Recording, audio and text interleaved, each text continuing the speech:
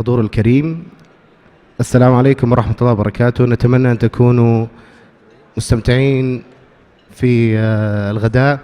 نحب نقدم لكم عرض يقدمه الفنان على الرسم على الرمل الأخ هجر الراشد.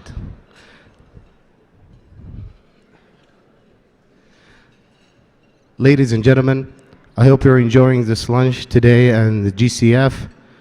We're presenting to you the sand artist Hajar al-Rashid.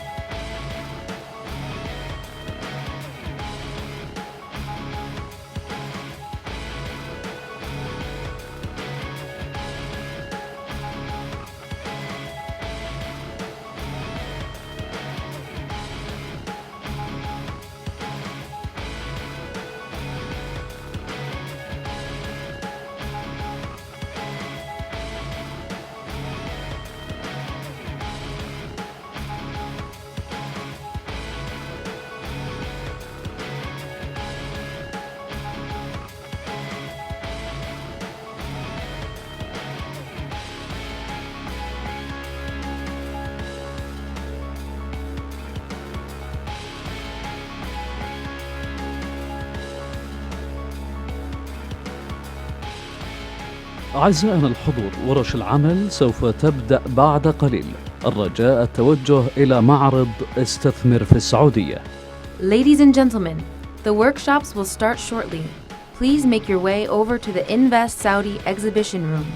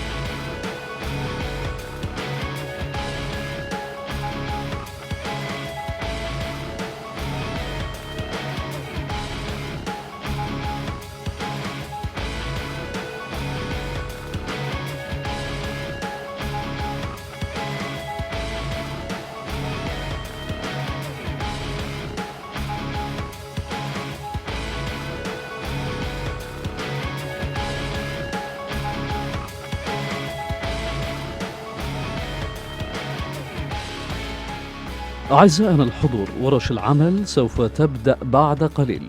الرجاء التوجه إلى معرض استثمر في السعودية. Ladies and gentlemen, the workshops will start shortly. Please make your way over to the Invest Saudi exhibition room.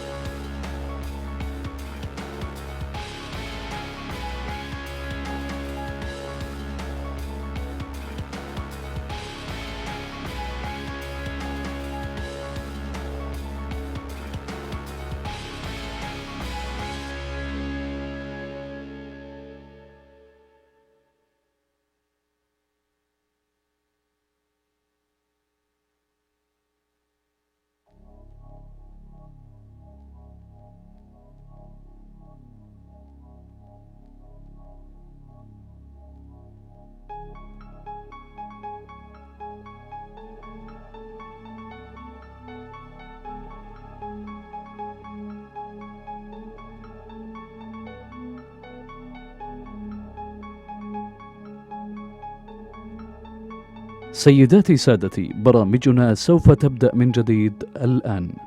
Ladies and gentlemen, our program is about to resume.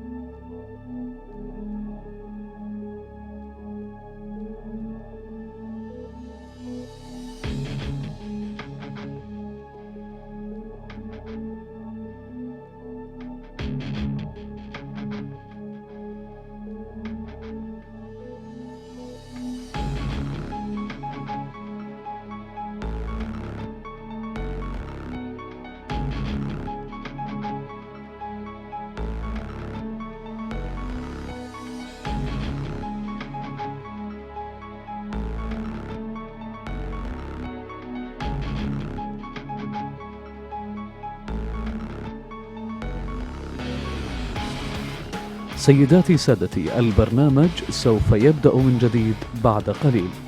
Ladies and gentlemen, our program will resume shortly.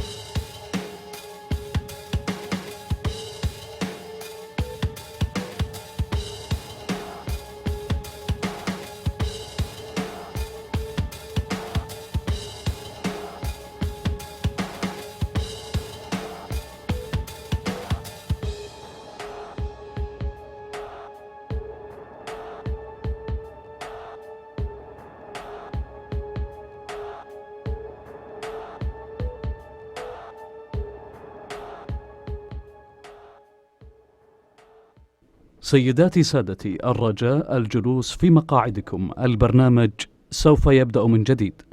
Ladies and gentlemen, please take your seats. Our program will now resume.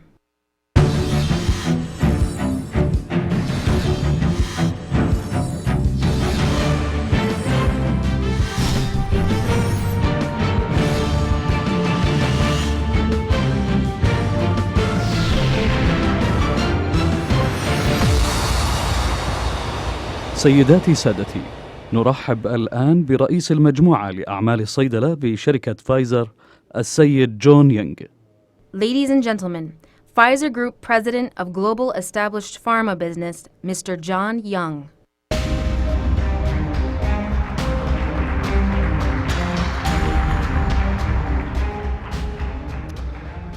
So good afternoon, ladies and gentlemen. I'm really delighted to be here with you today. I'd like to begin by thanking King Salman bin Abdulaziz Al Saud, His Excellency Abdulatif Al Othman, Governor and Chairman of the Board of the Saudi Arabian General Investment Authority, and His Royal Highness Prince Saud Al Faisal, Deputy Governor of the Saudi Arabian General Investment Authority. The pharmaceutical industry is honoured to have the opportunity to work with the Kingdom of Saudi Arabia and to partner with SAGIA, the Ministry of Health and the Saudi FDA, and to build on dialogue that began with His Majesty King Salman's visit to the United States in September last year. During King Salman's visit, he announced a major goal to reform foreign ownership rules in the kingdom, to allow 100% foreign ownership of companies operating in the kingdom. We applaud this important measure, and we offer our support and our partnership in finalising this policy and in building real momentum to create a modern, globally competitive marketplace for the healthcare sector. Our industry believes that there are many opportunities to support the government's prioritisation of the biopharmaceutical industry as a real area for investment and a real opportunity for the country. A vibrant pharmaceutical industry in Saudi Arabia will contribute to the strength of the economy and, most importantly, to the health of Saudi patients. Today I'll talk briefly about the role the industry can play in the growth of the economy while also addressing the country's healthcare needs. Specifically, I'll touch on the importance of Saudi Arabia to Pfizer, the role of medicines in healthcare, and outline policies that could lead to improved health outcomes for patients and economic advances for the country as a whole. Pfizer is proud to have had a long history in the Kingdom of Saudi Arabia, dating back to the early 1960s.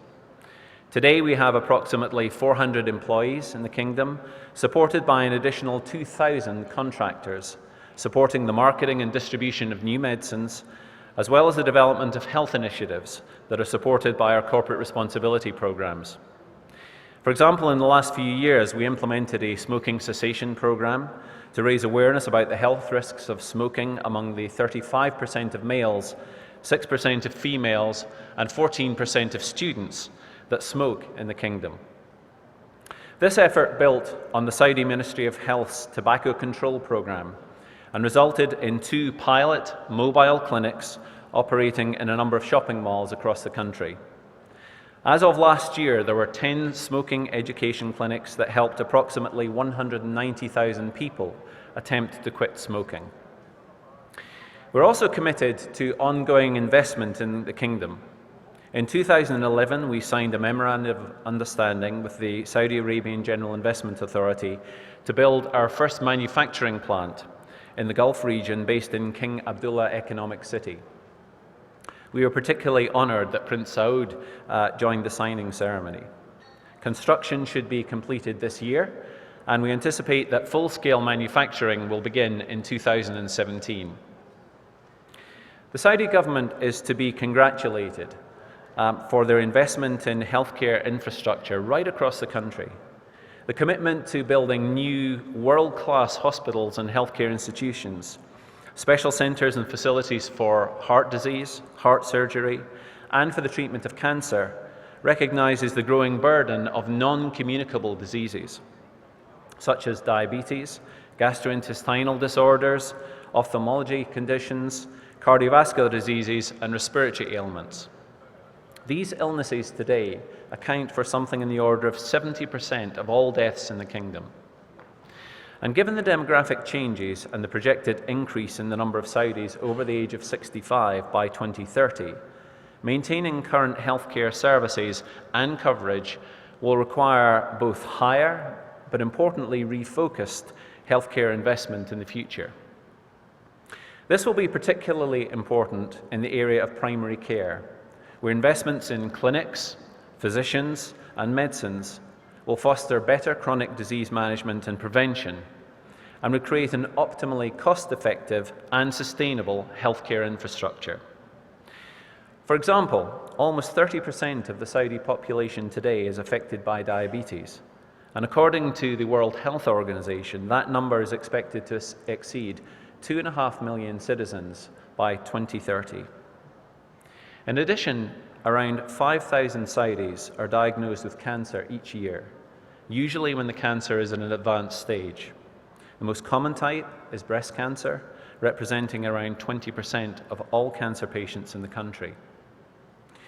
Providing access to a healthcare system which can provide accurate and early diagnosis, as well as sustainable access to modern, high-quality treatments, will be a critical and important role for a vibrant, innovative biopharmaceutical industry which can play a pivotal role. As a company, our purpose is to provide life-saving medicines and cures to patients that significantly improve their lives. Today, there are more than 7,000 medicines in development globally across the industry, targeting a wide range of diseases. Every day, the biopharmaceutical industry is exploring new approaches to attack diseases in novel ways. With advances in scientific tools, an increased understanding of the molecular and genetic basis for disease, the potential for new treatments and cures has never been greater. For example, since 1991, cancer death rates in the United States have fallen by 20%, in large part due to advances in medical treatments. Medicines are amongst the most efficient and effective use of private and public healthcare dollars. They offer the lowest cost, highest value interventions with significant benefits to patients' quality of life and longevity. Around the world, evidence shows the importance of a healthy lifestyle in preventing chronic disease. However, evidence also shows that complications from chronic diseases such as diabetes or high blood pressure can be prevented by adhering to an appropriate drug regimen, and that hospital admissions and the use of more expensive medical services can be reduced or avoided altogether. The effective use of medicines can support a more sustainable and efficient healthcare system, and when coupled with other reforms, can also be an enabler of real economic growth. But a strong, innovative pharmaceutical sector also requires an operating environment with the right regulatory policies, intellectual property protections, and an approach to incenting and rewarding the value of innovation and the quality of manufacturing through the pricing system.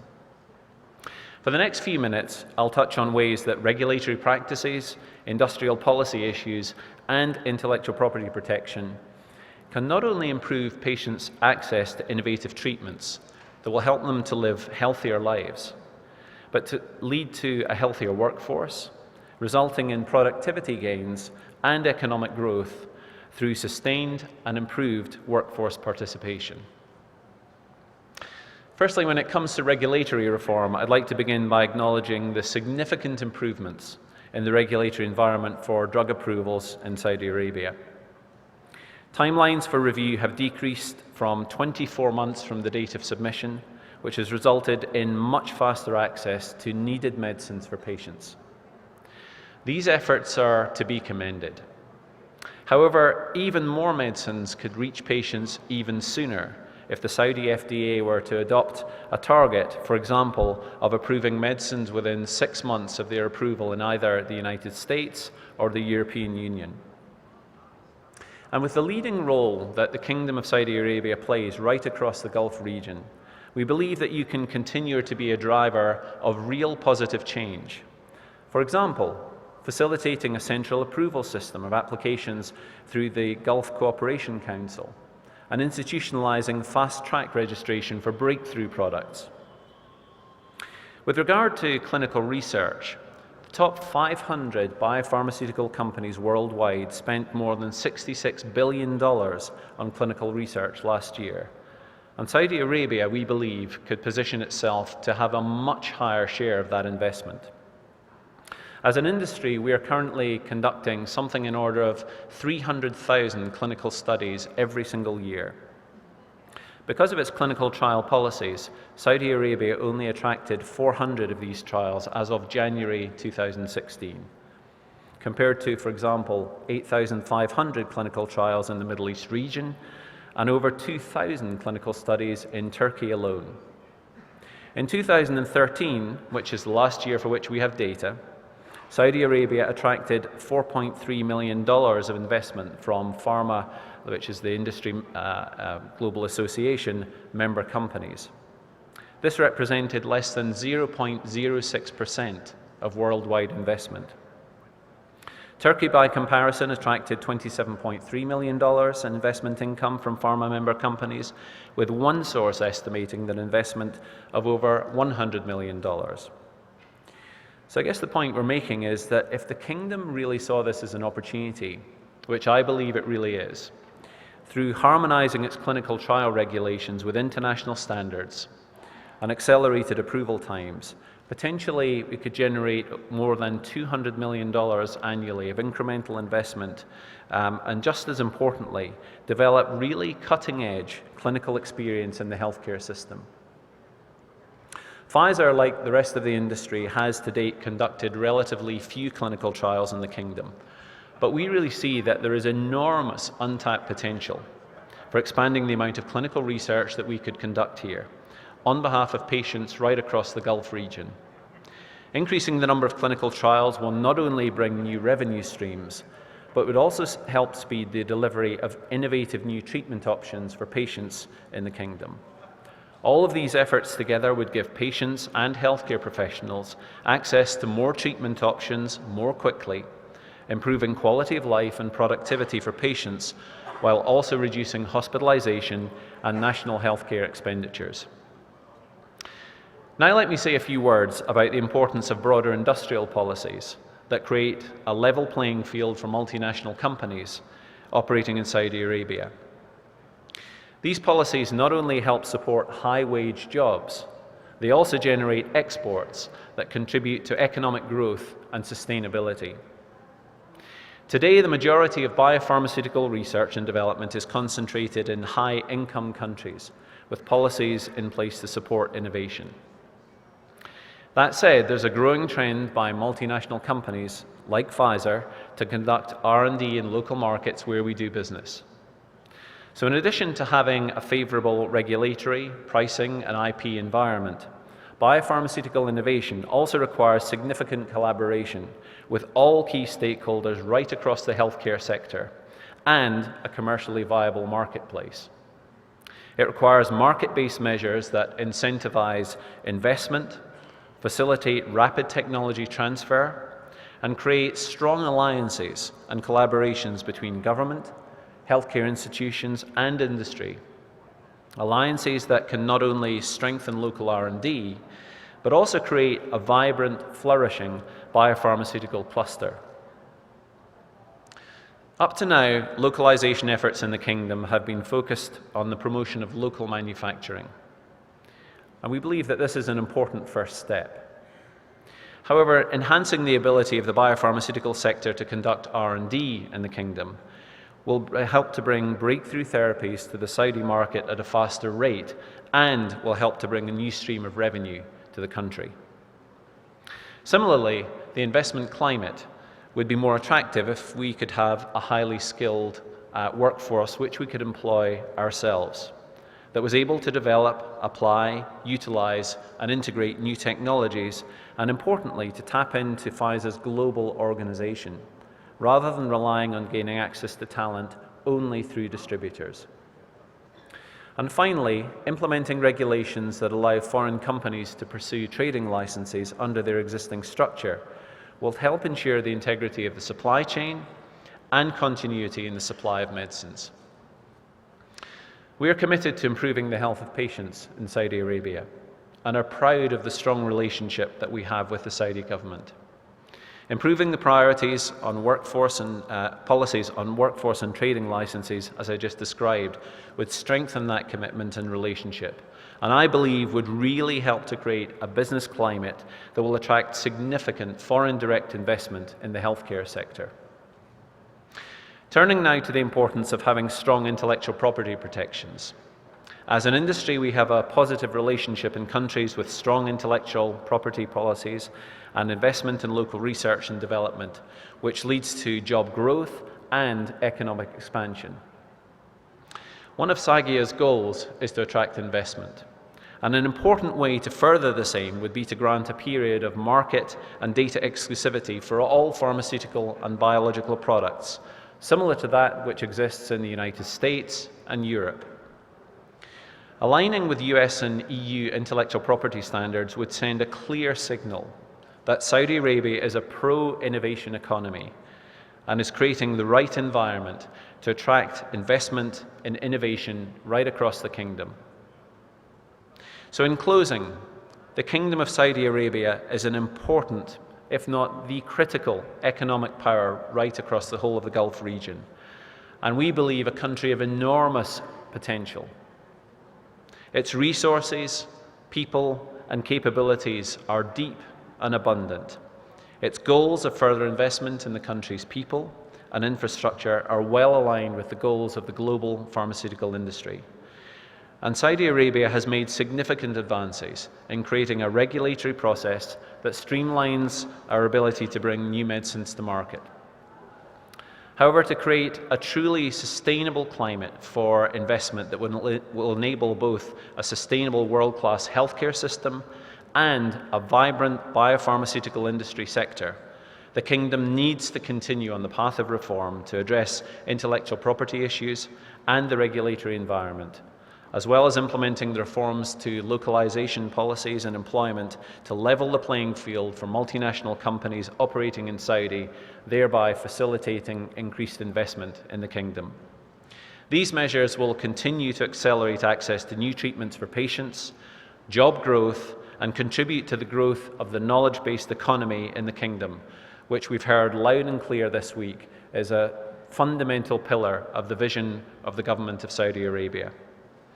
So I'd like to finalize by saying thank you for the opportunity to be here today. It's been a privilege to be with you this week, and we look forward to contributing everything that we can of our capabilities, our technologies, and our talents, and partnering with you in this exciting journey. Thank you very much.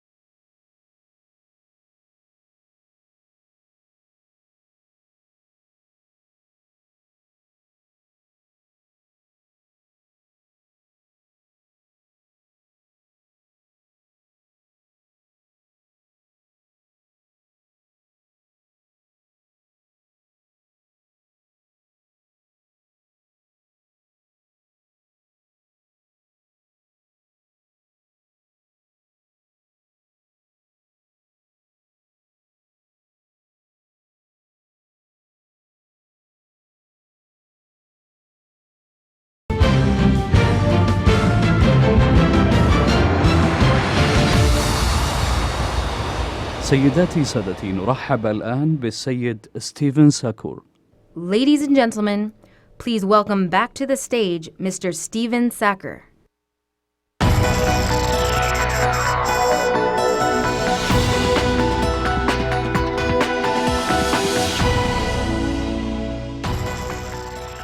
Good afternoon, Excellencies, ladies, gentlemen. It's a great pleasure for me to be back, and back with another fantastic panel and a fascinating subject. As you can probably tell from the rather wonderful backdrop there, we're going to be talking cities. We're going to be talking how cities work, how they need to work in the 21st century, and how to get from where we are now to where we need to be in terms of urban planning and the rollout of new cities. We're calling this the building of competitive cities, how to succeed in the global economy. I'm going to introduce my panel straight away, and you'll see that it's got a fantastic amount of expertise, different perspectives on it. So welcome all panelists. Next to me, nearest to me, is Mr. Amit Sharma, who's Managing Director of Tata Consulting Engineers, with a long career in engineering, civil engineering and construction all over the world. Next to Amit is Fahed Al-Rashid. I think many of you will know him. He is the rather high profile, dare I say it, CEO and Managing Director of King Abdullah Economic City, known, I gather, to many of you as Cake, which just goes to prove only in Saudi Arabia can you have your cake and eat it too. Yeah, it took me a long time to figure that one out, thank you. At least I got one giggle. Next to Fahed is Ahmed Al-Yamani, who is Chief Operating Officer of Taqniya. Now, Taqniya is a company which works with tech companies, attracts tech companies. He, for this conversation also, it should be said, is a former Vice Secretary General of the Economic Cities Authority here in Saudi Arabia. Next up, we have Arturo Franco, who is a very renowned academic. He's based at the Tecnológico Institute, the university there in Monterrey. He devotes a lot of his time and his thinking to the future of cities. So Arturo, welcome to you. And the last distinguished member of our panel is Ashraf Naguib, who is based in Cairo. I think regards himself as a global citizen and runs the think tank on economic trade and business issues, global trade matters. Ashraf, welcome to you. So, ladies and gentlemen, give my panel a very warm hand, a warm welcome. Before I begin quizzing them, I'm going to quiz all of you. Hands up, all of you, right across the room, male and female. Hands up, all of you who live in a city, an urban area today. And hands up those of you who don't. Well, there's half a hand there.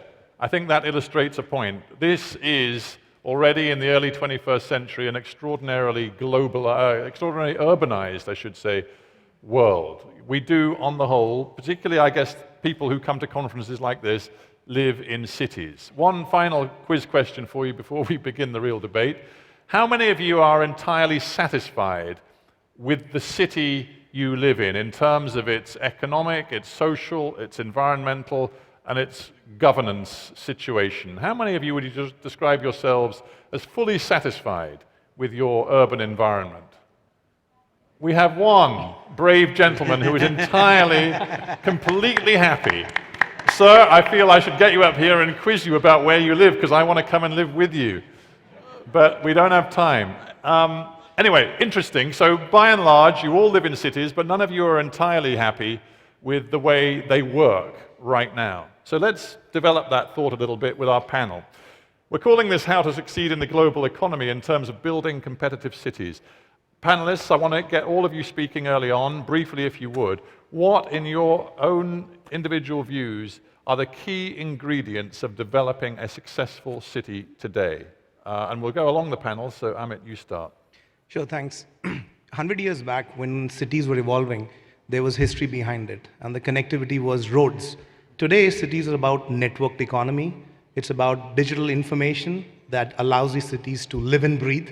So I think the cities of the future can be created as a green field, but more importantly, 95% of that would be brown field. in terms of looking at the balance between the social infrastructure, physical infrastructure, and the economic infrastructure, and trying to balance this equation to ensure it's a sustainable city that attracts talent, that allows economic activity, but also creates the next generation of entrepreneurs who live in the city and collaborate with cities worldwide. So the integration, network approach, and a more open manner in which diversity will have new ideas and new innovation will make these cities thrive and grow. But do the cities we already have, do they need to be fundamentally and completely rewired? Their infrastructure gutted and begun again? So we've been in recent times talking about smart cities, which is rewiring the existing infrastructure and trying to rebalance this in the ways of making the equation work between social, physical, and economic infrastructure. So for example, in the competitive index, today still New York and London top the chart. And the reason being, they're able to rebalance this equation despite the digital disruption that the new economy is getting. They're still number one in terms of, allowing labor to come in, allowing venture capitalists, entrepreneurs, and also embracing the digital transformation, whether it's in governance, education, or in the way a citizen of the city interacts with the government and regulatory bodies. And hence, rewiring is in fact happening as we speak. But what's more important is, do we create a hub model or do we create brand new cities? And that's where the equation would be difficult to solve because we don't have an answer. It hasn't been done before. Most of the cities that grew in the last couple of years were historic cities of convenience. Mm. Well, that's a rather wonderful cue into Fahid next to you, who is boss of a new city. In fact, the flagship new city here in Saudi Arabia, which I believe is projected to have 2 million people. When are you going to reach that ambitious 2 million figure, Fahid? Are you ever going to reach it, or is it a fantasy? We're definitely going to reach it. When, nobody can tell you, because cities grow according to global economic factors, macroeconomic factors, as well as local. But I think this whole issue around cities and their competitiveness is very important. Cities are the most competitive space in the world. There are 247,000 cities that exist today. They compete for human resources, they compete for capital, and they definitely compete for corporate attention. Therefore, if you want to succeed, and by the way, most cities do not succeed, and most cities, even existing ones, shrink sometimes, and we see what happened with Detroit, for example. That's right. So you really have to know what's your competitive niche. Why do you exist? And continue to reevaluate this all the time. And it's all about governance. This is the big picture. Here's what we want to be. Is it succeeding? Is it not? What do we need to change? So this is the top-down view. You also need to have a bottoms-up view. You need to give the city back to the citizen. The ability to operate the city, to allow them to participate. By the way, this is really happening today around the world. With your mobile phone, you can take a photo of a pothole and send it to the municipality and tell them to fix it. This is the kind of technology that we're trying to install today in King Abdullah Economic City. The city has to also allow the citizen to succeed and thrive. So we're focused a lot on entrepreneurship, on education, and on producing a lifestyle of art, culture, and culinary experiences that allow us to attract people. It's not so easy, though, is it? Doing it from scratch, doing it without that sort of organic, evolutionary thing that comes with human beings acquiring experience over generations. You're trying to do it literally from a drawing board. Yes, and it was actually quite difficult. We've been at it for a decade, and maybe now I can articulate only what we were trying to do. When you have a city existing, like Riyadh or Jeddah, these are urban centers, and then you establish a new project that surrounds them. That's what we call a satellite city. It's hard, but not that hard, because you're attracting the demand that exists. What we have been doing over the past 10 years is inducing a new economic cycle that did not exist. That's why we focused on the port, building a port that is now 3 million containers, and by end of 2016 will be 4.5 million containers. We have attracted 120 companies. We are building residential units for all income levels, and this cycle is happening. Now, this is the hard infrastructure. You have the soft infrastructure, the focus on education, on tourism, on lifestyle, on healthcare, on education. So all of these areas are what make a city alive, a place to be. I want to come back to what you call the sort of soft factors in the success and growth of cities, because I think it's very important. But let's keep moving down the panel. Ahmed Al-Yamani, the simple opening question was, what in the 21st century is going to define the most successful cities? So what's your answer? Well, I think it's people. If I were to define the most important element, or the one element that would define a competitive city in one word, it's actually people. I tend to see that a lot of cities, whether existing or new field cities, try to attract corporates, and they do that very extensively. They succeed to certain degrees, and they assume that the people will follow because you will create the jobs and these jobs will bring the people. And I argue that this should not be the only thing. You start by attracting the businesses, that's a good start, but even at that point early on, you need to define what are the segments of people that you're trying to attract and what matters to them the most, and there has to be a dedicated research for this. And you prioritize as a city management what matters to these people, and then you work on creating that environment that attracts the people. I'm talking individuals, not businesses, and then communicate that environment or that effort towards creating an environment that is attractive to people. Because if you don't do this and you only attract the businesses, they'll probably survive for a while, but if they fail to attract the talent that you would like to have in your city, they will either have to shut down or shrink their business or relocate it, or... Sorry to interrupt, but you're talking attraction on an international, global basis. Precisely. Yeah, well, so here's the question for you and for everybody in this room, given the answer I got when I asked about successful urban experience right now. Would you describe Riyadh, Jeddah, Dammam as, right now, as attractive cities where people from around the world want to come to live? It's not. Neither of the three cities, and that applies to a lot of cities around the world. If you ask me, would you describe... Well, I don't want you talking about other cities. I want you to focus on... Would you describe Beijing or Shanghai, or would you describe Beijing or Shanghai or even London as an attractive city? All right, London. You pushed me on London. I would categorically describe London as an attractive place, a magnet city. The short answer is no. So why? And it's very simple. These cities have deviated their attention from the individual that they're trying to attract. The individual is becoming a secondary attention point. And I argue that if you don't make the individual the first attention point, you will fail. And you'll probably succeed on indices. You'll be the number one city in attracting capital, the number one city in a global cities index. But over time, this cannot be sustainable because it's not attracting the right people at the end of the day. Okay, we might come back to Saudi cities in a moment, probably with Fahed's input as well. But Arturo, you do a lot of work around the world consulting on cities and the future of cities. And I wonder, again, with the simple question, define a successful city for the 21st century, how you would answer it. Well, out of the more than 200,000 cities that Mr. Al-Rashid mentioned, there's 750 that account for almost 60% of the world's GDP. And the World Bank has just done a great study, Competitive Cities, in which many of us participated, analyzing those factors of success for these 750 cities. Now, the bad news is that out of those 750, only about 100 were growing faster than the countries that surrounded them. So that's less than 20% of them. But the good news is that in all the diversity of these cities, and we talked about many already in this panel alone, there is sort of a roadmap. There are some characteristics that they do share. Unsurprisingly, it begins with having a good plan. And a plan can take 5 months or a plan can take 10 years. The plan is defined as good when it uses the strengths that the city has, when it's cohesive, when it's comprehensive, when it's been socialized. But most importantly, a good plan is one that is followed. So that's the first step. Now, after a plan, well, there are several factors that we've identified.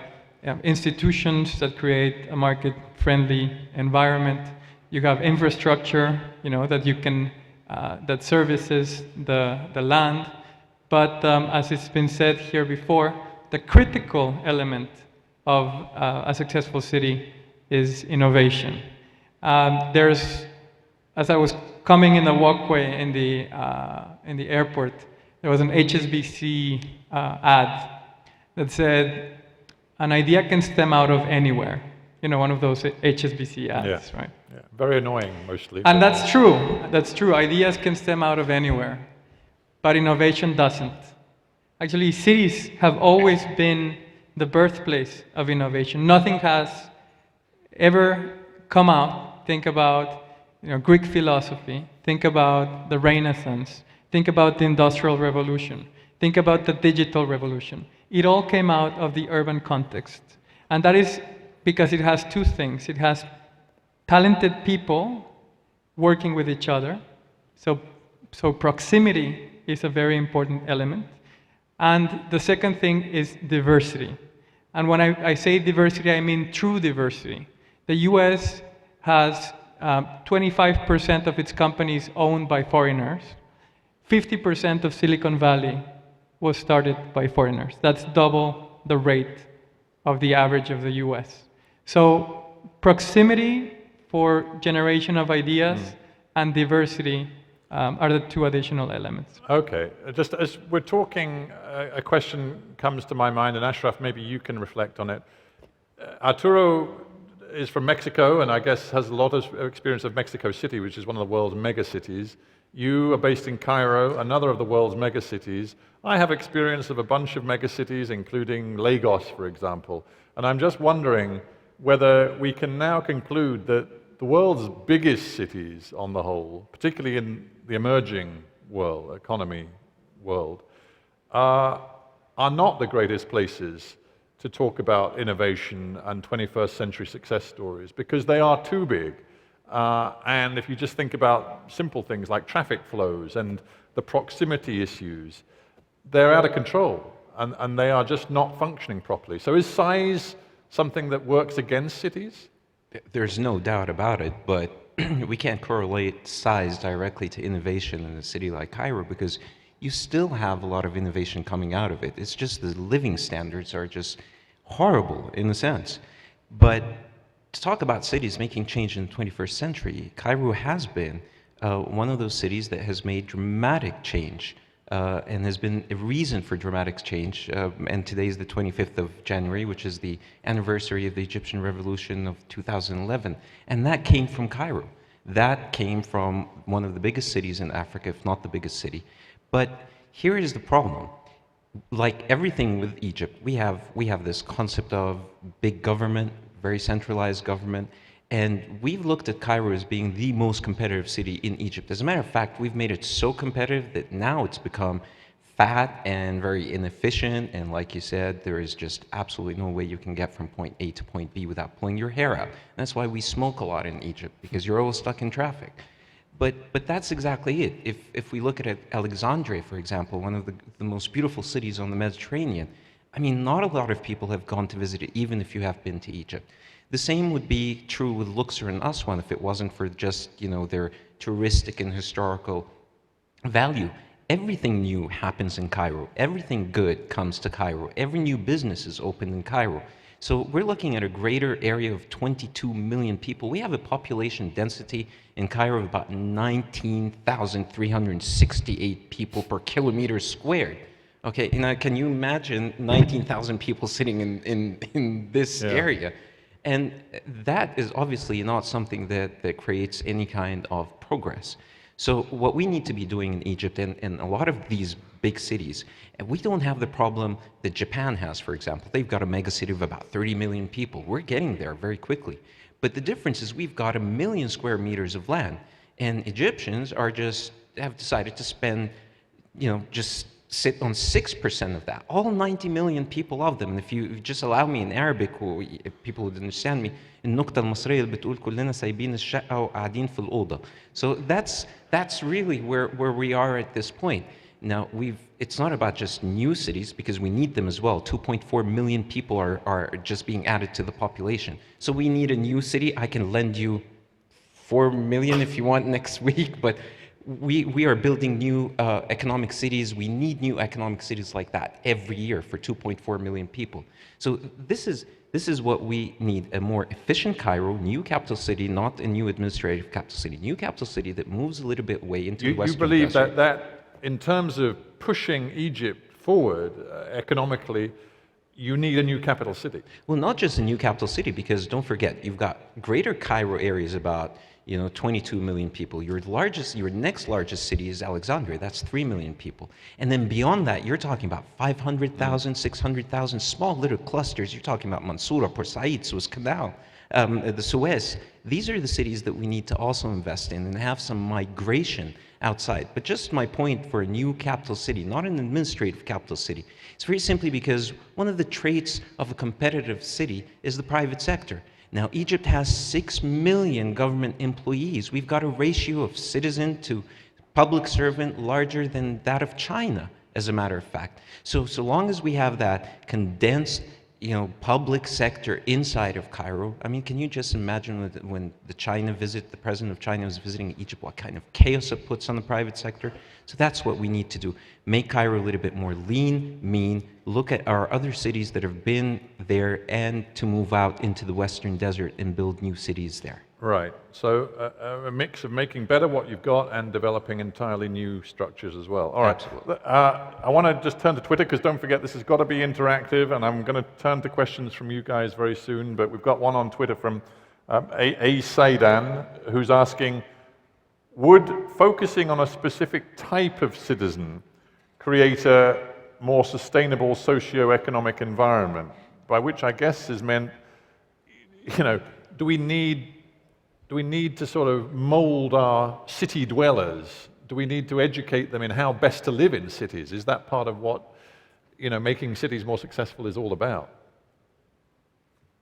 Marturo? Well, I mean, I was just saying that what we've found through research is that one of the success factors of cities is diversity. So one type of citizen doesn't sound to me as being diverse at all. And it's very simple.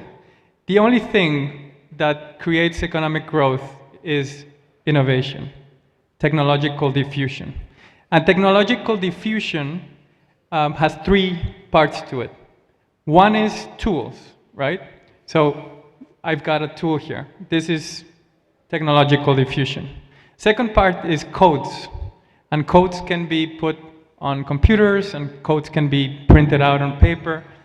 But the third part, which is the critical element, is know-how.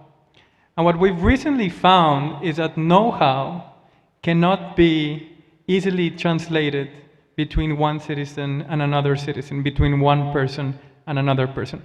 Know-how is a certain type of wiring in your brain. It's a pattern recognition more than reading from a screen. So the reality is that for a city to be successful, you have to have all types of different little know-hows here and there that fit together to create a complex economy. And Professor Hausman, who was my ex-colleague at Harvard Center for International Development, has just been playing around with some credit card data. And what he found is fascinating, actually. The annual spend of corporates on business travel is $1.5 trillion, which is around 2% of global GDP, but it's been growing at 6.5%, so twice the speed of the growth of the world. Why is it that in the 21st century, where we've got Skype and WhatsApp and all of these technologies that we can communicate with, would corporate travel be growing? And everyone likes the 4 seasons, that's true. But the real answer is because know-how cannot be transmitted by Skype. Because corporates need to send people, usually from headquarters, to their other offices, so that it's easier to move people around, to move brains around, than to move know-how into people's brains. Interesting point. I think we've got a question over here. So, ma'am, you've got the microphone. If you wouldn't mind, tell us your name and ask a question. Yes. Hi, my name is Tuba Tarekli, co-founder and CEO of Kutuf Riyada. I have two questions. One is around the notion of attracting the right individuals for the right cities, like Startup Chile. Cities based on economic and innovative diversity, whether or not that's a route to be pursued. If you're a city looking for artisans, should there be a special strategic package attracting those type of individuals and so on? The second one is on the point of Dr. Ahmed Yamani, walking in the shoes of the citizen and removing all roadblocks for the daily life of that citizen, whether it's education, healthcare, surrounding necessary jobs, and that creation of vibrancy in a city. Do we, when we design cities here in the kingdom, walk in the shoes of the citizen and actually try and remove those roadblocks? And the final comment, if I may, is on how many Saudi urban planners do we have? Is that actually a specialty in our universities and colleges? Do we have active graduates from those, and are they working in city planning? Thank you. Okay. No, thank you very much. Well, there's a few questions there. Let's deal with them very quickly because we don't have so much time.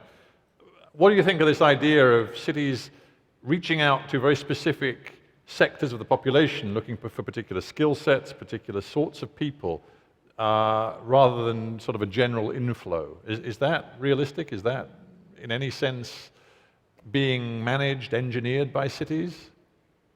Anybody want to? Recently, when we're working with some municipal bodies, the whole notion of having cities around a particular theme has been challenged. And the reason being, we're in a very globally connected world. Innovation, of course, is because of disruptions and change, and hence the cities have to be agile. They have to hedge their bets. As such, more of these cities today are looking at diversity of areas they're focused on. And hence, if you look at a successful city, for example, New York or Singapore, it has multiple areas: biotechnology, finance, think tanks in other areas. So more of the recent discussion with the mayors and municipal bodies tell us that they would rather have a conglomeration and diversity of trades that the city will do. So you mean, somebody mentioned Detroit before. Are you saying there's no future for what used to be called the motor city, or any city that defines itself by a particular industry? That's a very good example, Detroit. The simple reason is that today, when we say long-term planning and predictability of those plans, it's not 5 years or 10 years, it's 12 months. And hence, how do you run an institution that based on these forecasts and plans? City is like a living and breathing society that is comprising of various such investments and plans.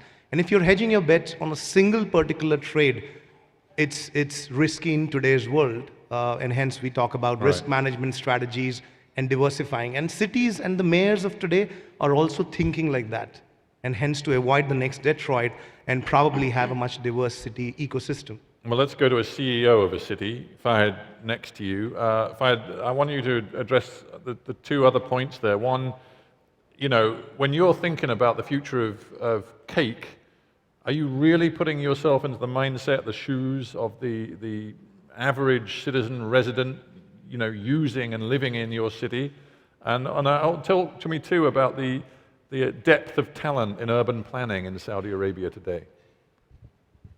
I think, I talked about the 247,000 cities around the world. Most of them, the truth is, are very badly run.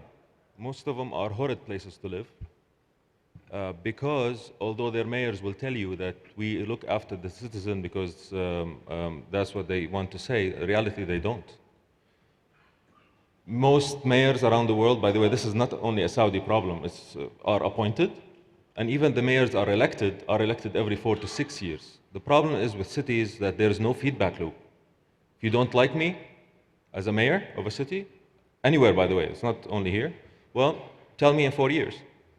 And all I need is 51% of the vote to be back. And to get 51% of the vote, I have to get funding, therefore I have to get special interest, and the cycle continues. Well, that's the way we run countries too. I mean, well, but that's, if you're lucky, sometimes you don't even run countries on that basis. I mean, you got to be practical. You can't have a weekly referendum on whether the mayor should stay in power. So let me tell you what I think. A city should not be seen as a political entity. A city is in execution. My job as the CEO of King Abdullah Economic City is not to sit in my office. My job is to keep the city safe, to clean the streets, to make sure that the residents, my customers, are happy. And because I have to be doing this all the time, and the reason why I have to do this all the time, I actually have to attract people to come to the city. I have to talk to companies also about what we're doing and what we're doing right and wrong. And you ask me, what's your feedback loop? It's completely obvious, which is that we are listed. We have quarterly results. Every 3 months, I have to tell the world whether we're doing a good job or not a good job by whether people are actually buying our product. 1 quarter is missed, is the 1 quarter I have to answer for. And this creates an immediate loop. Now, you ask, how can other cities do it? Well, we are doing a model now that's very interesting. We are applying the most ubiquitous form of democracy to our city. We're separating the development ownership from the operation. We're saying if you buy a square meter in King Abdullah Economic City, you get a share. That share is in a company that does the operation. You elect a board, then that board elects a mayor, like we do in General Assembly. Of any company, by the way. We get in a general assembly, they elect a board, the board appoints a CEO. That CEO can be fired at any point. It's not a political appointment, it is an actual executive appointment. So we are applying a whole different form of governance. Okay. Very quickly then, specifically, what level of talent do you see in urban planning in Saudi Arabia today? Actually, it's significant.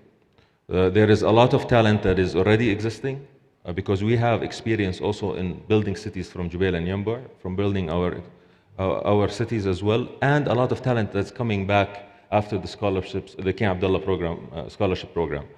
But remember, if we want our cities to be global, this is also a global space. So you have to leverage talent from all around the world. Right now, for example, we have a program called The Perfect Home. We want to reinvent the home on the basis of optimizing aesthetics, technology, cost effectiveness, etc. But we hired 3 local firms to do it. We didn't go out externally because we believe a home as a unit has to reflect also the culture of the location. Well, very quickly, seems to me there's an interesting question. Some cities around the world have very definitely acquired a character that is different from the nation state within which they exist. You could argue New York City is a very different mindset and culture from from Middle America. In fact, Donald Trump only the other day was being accused of having New York values as though they were entirely different from the values of mainstream America. In your view, when King Abdullah Economic City is fully up and running, an established city, are the rules going to be different in your city from the rest of Saudi Arabia? And I mean almost literally, are the rules going to be different? For example, will the freedom of women to drive and other very specific things, could you conceive of them being fundamentally different in your space from the rest of the national space? We just talked about giving the city back to the resident. I think for me to sit here as a CEO of a development company and to say that in 20 years, the 2 million people that will live there will want A or B or C. I think this would be quite a statement from me. It would be fascinating. Yeah. So go ahead. No, but I think that number one, I can tell you my belief today, that while we want King Abdullah Economic City to be a city that is globally competitive and can compete with the world, and we are very successful at attracting companies and talent from all over the world, it has to be a Saudi city. There are 30 million people here. Riyadh is the fastest growing city in the world. We have to offer up our population what you need. This is what they need. This is the first and foremost. So I want to be very respectful of the Saudi tradition and where we come from. And as a country, you know this, you see it all day. We are at a point right now where we are asking ourselves, what does it mean to be Saudi in a global world? And I think this will be reflected in our cities, not just in King Abdullah Economic City. A fascinating answer. And I guess we'll take from that answer what we will. Some of us may take different things, but Very interesting. Let's just get a few. By the way, anybody who's got a question, put a hand up. I'll come to you, but we'll just do very quickly a couple from Twitter. Let's have a look. This is from Allah on Twitter. What makes our cities' economies sufficiently diverse and strong to withstand financial shocks and innovative enough to seize global opportunities at the same time? Is that a difficult balance to strike? Ashraf, you haven't spoken for a bit. You give us your thought. I think it's a very, very difficult balance to strike, especially when we're talking about cities like Mexico City or Cairo or these sort of really fast-growing, fast-paced, very chaotic cities. Because I always describe Cairo as being a organized chaos in a sense, but it still reaches that curve of maturity, and that's what Cairo reached. When we were trying to make Cairo competitive, what happened was we had Cairo University, which attracted everybody from outside of Cairo to Cairo itself. We have the Azhar University again, which was a major attraction for a lot of people. So you've got the students, then you've got the political, leadership there. Having kind of ownership, like we were talking about, citizen ownership, it is what defines the character of a city, and it is the ownership by the people that creates that. So what we also need is decentralization of our administrative and fiscal policies when it comes to these, because that would give you the opportunity versus, New York versus New Jersey, where, the tax system here is very different than there, or the driving age or the drinking age could be quite different from one place to the other. So more autonomy. Let's get back to this issue of how much autonomy you give cities. Absolutely, and that has to come through some kind of decentralization. All right, well, Ashraf, I'm going to stop you there because I want to get one more off Twitter, and then before we end, one more at least from the audience. Okay, from Mohammed Bayunis on Twitter, what would be actually more cost effective? Building new cities from scratch, which is what Fahad's doing, or revamping slum and substandard areas in major existing cities? Which is more cost effective? Fahad, you want to answer that? Well, there's a reason why the old world, if you will, does not build new cities. The populations are shrinking. In the emerging world, from whether in our region or South America or China and Asia, the population is expanding and booming and moving from rural areas to, so you need to build new cities. The cities cannot, like I said, Riyadh has grown in the past 8 years from 4 million to 7 million today, so it's a significant growth. However, there is an advantage to new cities, which is if you are going after new infrastructure-heavy industry, if you want to be a global player in logistics, in manufacturing, you have to have a new urban area. However, if you are going into services, I think you should do that in major urban centers that exist. Right. Revitalize these. And you can see it all over the Western world. Cities like Boston, London, New York, they keep on reinventing themselves. And that's why we think of them as global centers today and global cities. Yeah, indeed. All right, one more from the audience, then we have to wrap. So you, sir, you've been very patient. Tell us your name and a very quick question. Sure. My question is very simple. Are we beyond the basics? We're building new cities and revamping the old ones and all. Beyond the basics of the infrastructure and all, shouldn't cities have characters? I mean, I travel a lot. I'm in the investment banking business. I am beginning to see, especially in the emerging economies, they're becoming indistinguishable. They're becoming concrete jungles. That's a really interesting point. So my question, especially to the gentleman who's running a new city, how shouldn't you have character? How do you plan and build real, genuine, authentic character into a new urban space? It is one of the most difficult questions that you could ever ask me. I actually lose sleep over it. But I have come to define it, at least at the start, which is the reason why we love cities is that we have a sense of place. You understand when you're in London, that you're in London. You can smell it. You feel the same in New York, the same in Paris. You understand, I am in Paris, I am in New York. So that's the first. The second reason why we love cities is they give us memories. They create memory. We meet in places, we remember the place, you remember. And this is, when we talk about vibrancy, it's not an economic term. It's not about a lot of people doing a lot of innovative things. It's about also places that we actually can interact with friends, with our community, with our families, and have a great time. I think the biggest struggle we have in our cities is that we have forgotten how to live outdoors. 50 years ago, we used to live outdoors. Now we live in air-conditioned rooms. It's also living in a prison because our cities don't allow us to be out there. So what we're doing now, for example, in Cake, is using all the storm drainage, all of our wadis, as actual outdoor landscape areas where we can walk 150 kilometers throughout the city. That gives you a sense of place because that is unique. In July? Not in July, but in the rest. I want to be in an air-conditioned, I'm coming to visit Cake with Fahed, but I thank God it's not summer because he'd have me outside walking 150 kilometers, which would kill me. But I'm hoping to see the city on Wednesday. Ladies and gentlemen, I'm talking fast because we unfortunately have run out of time. There's, I think, lots more questions in your minds and certainly some more on Twitter, which I haven't managed to get to. But it's a fascinating topic, and we've got one guy who's building a new city. We've got 4 experts who've worked and analyzed the cities we've already got, and we've got you guys telling us that you're not entirely happy with the cities you live in right now. So it's been a very, very interesting discussion. We have to move on, but thank you so much to panel, and thank you in the audience for listening. Thank you. Thank you.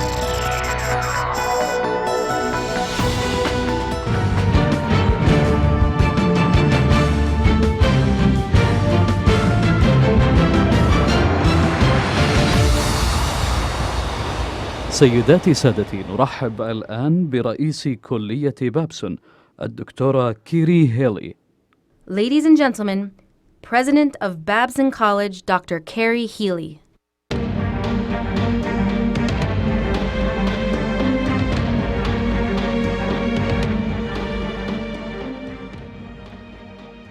Hello, Your Excellencies, distinguished guests. It's my honor to be asked to come here today and talk to you a little bit about learning entrepreneurship.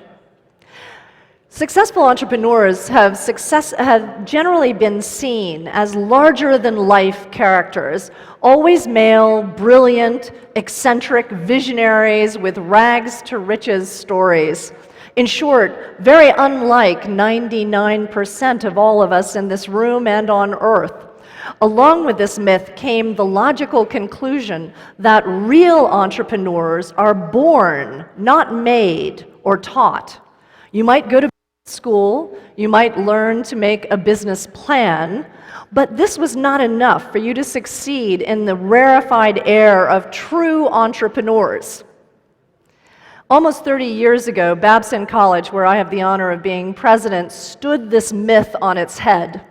Generations of sons and daughters of the most successful family businesses had passed through Babson's doors, and it was clear to our professors that while some people have a natural inclination to innovate and problem solve by starting a new business, many others have the capacity to learn to think and act entrepreneurially in any environment. Startups, established corporations, family businesses, social enterprise, or even government, which is my favorite, of course, as a former politician. So how do you teach entrepreneurship? The first thing we do at Babson is to throw our students in head first. Their first year, before they have the benefit of taking accounting or marketing or managing classes, we divide them into small groups and use design thinking exercises to help them select an idea for a new company. We give them a small amount of money and a strict timetable. They must start, run, and close down their businesses within the year. No matter how successful the business becomes, it must be wound down so that the students can learn aspects of the life cycle of a company. As you know, many fail, so you need to know how to close it down. And if they repay their loan, the rest of their profits go to a nonprofit of their choice. So why do we do this? Many reasons, but first of all, to remove mystery. All of our students have hands-on experiences around starting and running a company. So the second time they do it, it's easier. Almost everyone makes mistakes. Some make truly large mistakes that first time around. So failure and setbacks are not viewed as defining or permanent. Indeed, our founder, Roger Babson, famously observed that neither success nor failure is permanent. We also do this because for the next 3 years at college, our students pay much more attention and find their courses more relevant. In fact, they often come to me and say, I wish I had known that when I was starting my first business. We also encourage our students to view starting an entrepreneurial venture as a journey, not a destination. I've never met an entrepreneur who came up to me and said, I had this idea, I executed on it exactly as I planned, and today it is a huge success. But I've met dozens of successful entrepreneurs who say to me, I thought I wanted to do this, but along the way I found something much better. We teach our students to fail quickly and to pivot towards something that works. We give them the confidence to let go of one dream and take up another. When our students leave Babson, they're excited and ready to tackle the most pressing social and environmental and economic issues of their time using the problem-solving technique of entrepreneurial thought and action. Today, an entrepreneur does more than start a business. They tackle a social or environmental problem, they create jobs, they increase opportunity, and they generate prosperity for society. In short, in the modern world, all students should learn the fundamentals of entrepreneurship as part of their basic education. At a moment when youth unemployment is dangerously high in many regions around the world, empowering youths to create jobs and opportunities for themselves is essential. At Davos last week, there was much talk of a fourth industrial revolution, which will replace many of the jobs we have today with robotic labor. There was apprehension and fear generated by the vision of fewer jobs, even for skilled laborers. But there was also great optimism that entirely new types of employment would be created by young entrepreneurs who see unmet needs and fill them in unforeseen ways. For example, the explosion of the sharing economy, companies like Uber, which claims to create 20,000 new jobs a month, or Airbnb, that gives us a small taste of this kind of disruptive innovation. So what can we do as policymakers, as leaders, as educators, to foam the runway for these unforeseen and disruptive innovations? For one, we can work together to create an entrepreneurial ecosystem that will support all kinds of job creation and the rapid growth of existing SMEs. Education and supporting entrepreneurs is only a start. Government must recognize potential roadblocks to innovation and investment and adapt laws and regulation to allow for new ways of employment and doing business. Banks and other financial institutions must engage with businesses with high growth potential. These are the ones most likely to create new jobs. And civic organizations, like those headed by our next panel, must reach out not only to established companies, but also to those which are young and struggling. And an important component of any country reaching its full economic potential will be how it engages women in the workforce. Women's unemployment equals GDP left on the table. According to a recent McKinsey study, as much as $12 trillion globally is left on the table because women are not working. Unemployed women also represent talent and ideas wasted.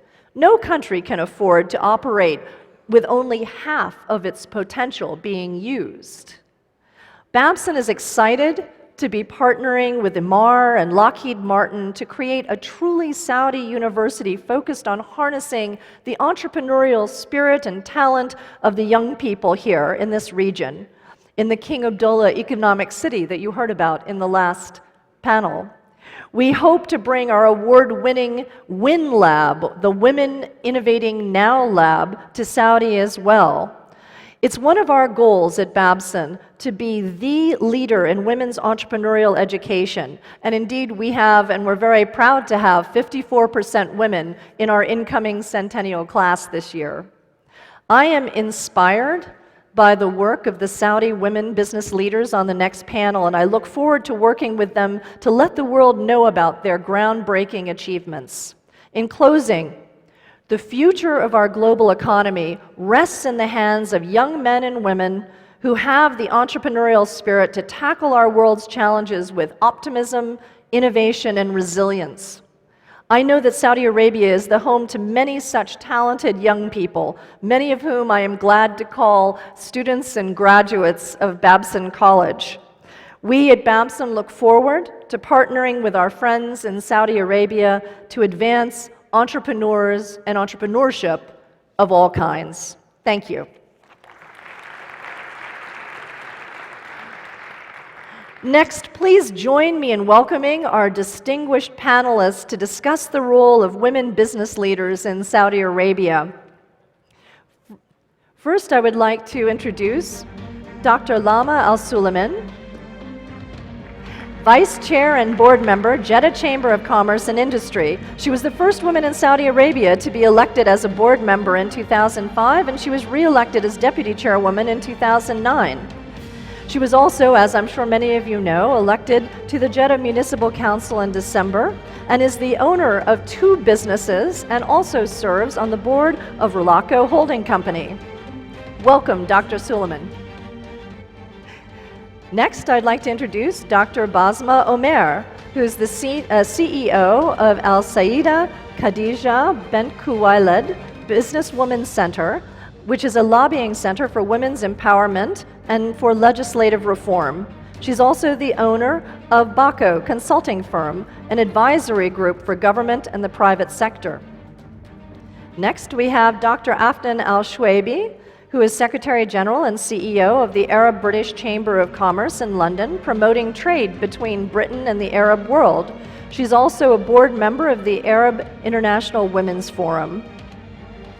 And finally, we have Mrs. Abir Al-Hashmi, who is the Middle East North Africa Managing Director for Fullbridge. She is working with universities, governments, and organizations to help students and young professionals acquire essential business skills through real-world experience. Prior to coming to Fullbridge, she worked in technology and banking. Please welcome our distinguished panel of panelists.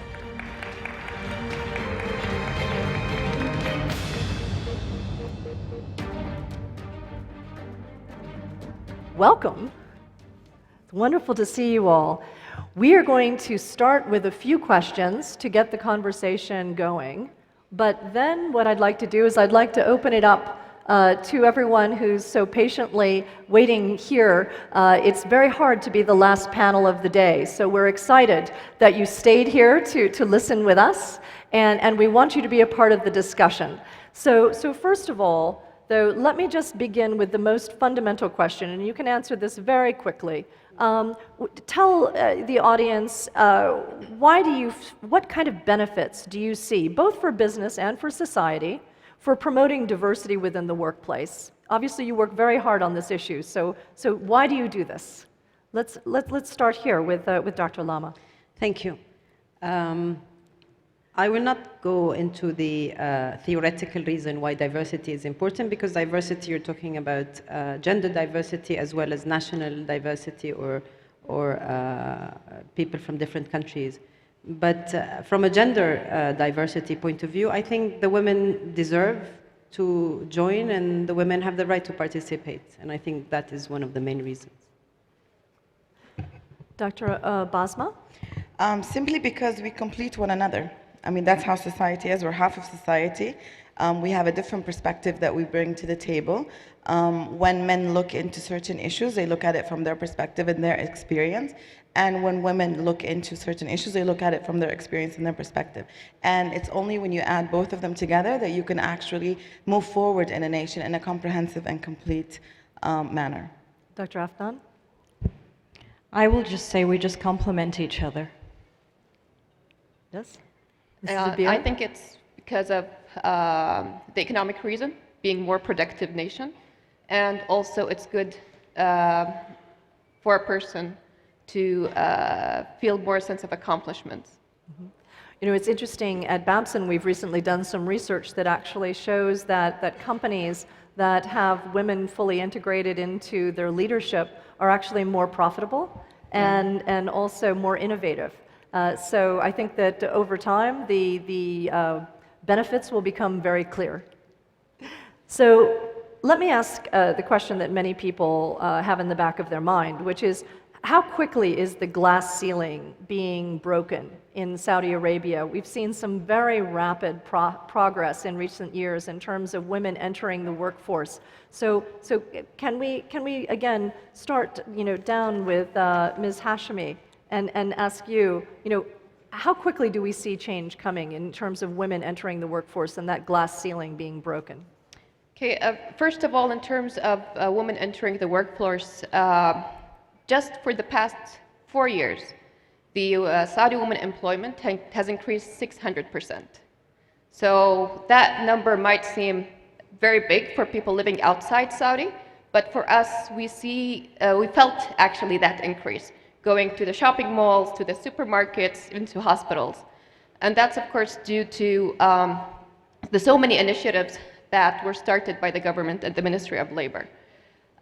In terms of the glass ceiling, I think it varies based on the companies and the environments. I've worked, for example, in Saudi Hollandi Bank, and when I joined them, everyone was surprised that there is an IT manager that's a Saudi female, and that was in 2008. When I left them 6 years later, the vice chairman was a woman. We had an executive woman, we had 3 senior managers women, and many women in middle management. So for places like that, I don't really see the glass ceiling. Some other places, yes, they still need, women I think need more time to really see that progress, and they have some challenges. Dr. Basma?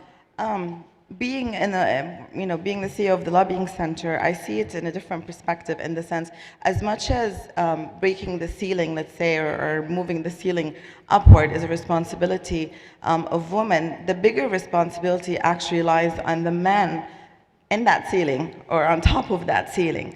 I have noticed, and we also have research, when the men, the head of, whether it is the head of the government, whether the head of the ministry, whether head of even family-owned companies, when he is a believer of women's issues and believer of women's added value into the company or the organization, he automatically removes the ceiling.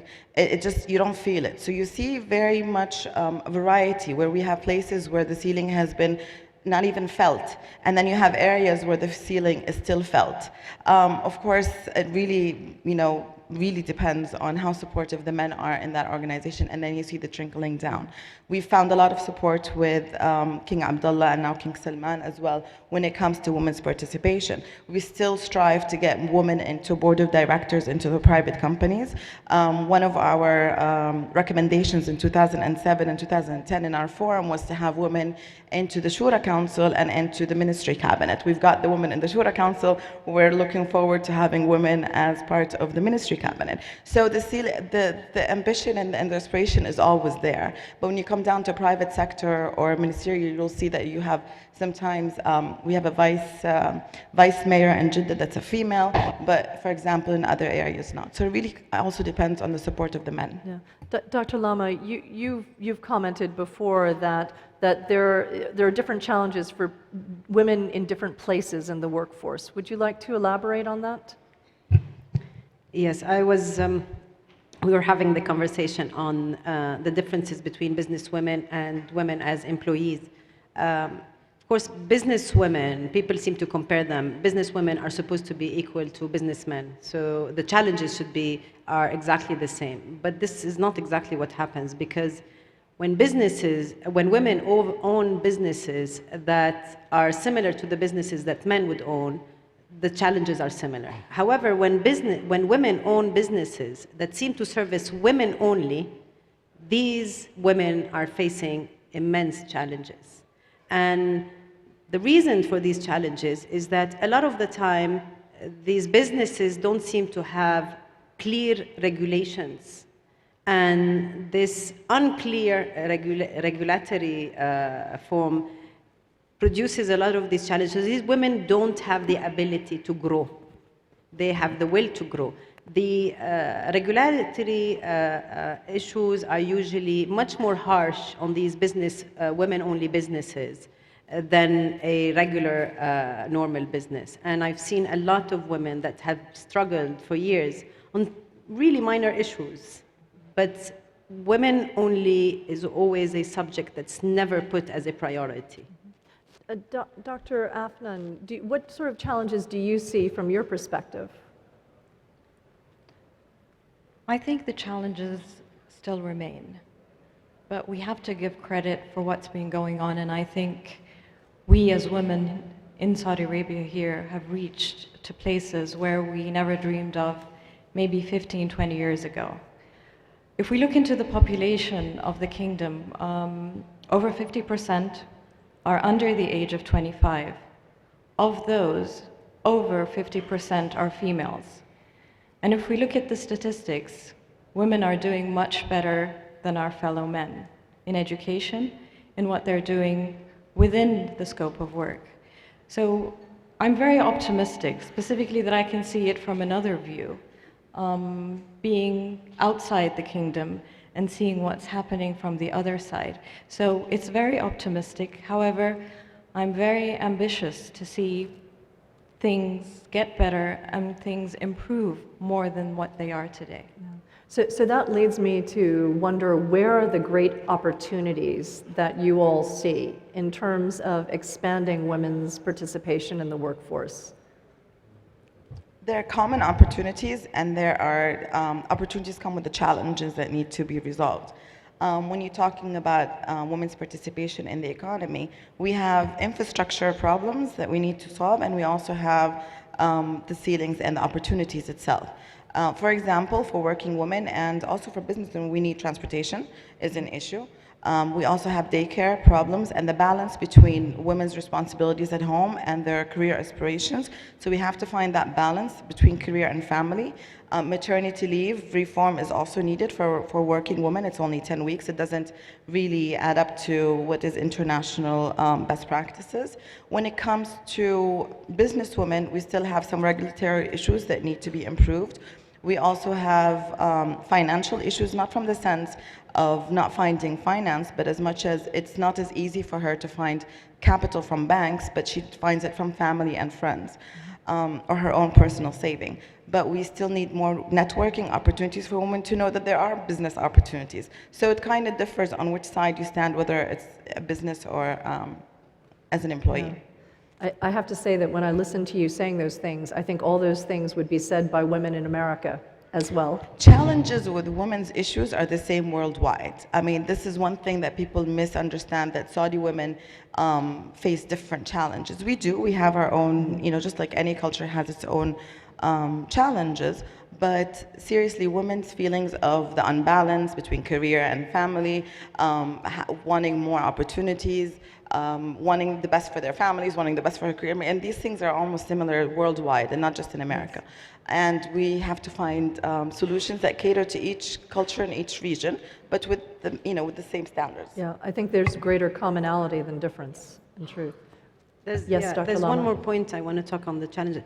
To be able, the opportunities are so many in Saudi Arabia. I mean, job opportunities are there, and the women are qualified enough. And the highly qualified women are, there's a huge number. And if you look at the unemployment, you'll find that those that are university graduates are actually much higher. Sometimes people tend to focus on women, to find opportunities for women. It's as if it is a social responsibility. And putting it as a social responsibility diverts the action of actually giving the women real opportunities, because they are university graduates and they actually deserve good jobs. And it's not only about the quantity of the women that are finding jobs, the quality of these jobs is extremely important. And the women have the capability to actually perform quite highly in this market. But there's always, in the decision-making places, talking about the women issue seems to always stop into a limitation of how far can we talk, how far can we push boundaries, instead of just saying, these women deserve it, then we're going to give them that job.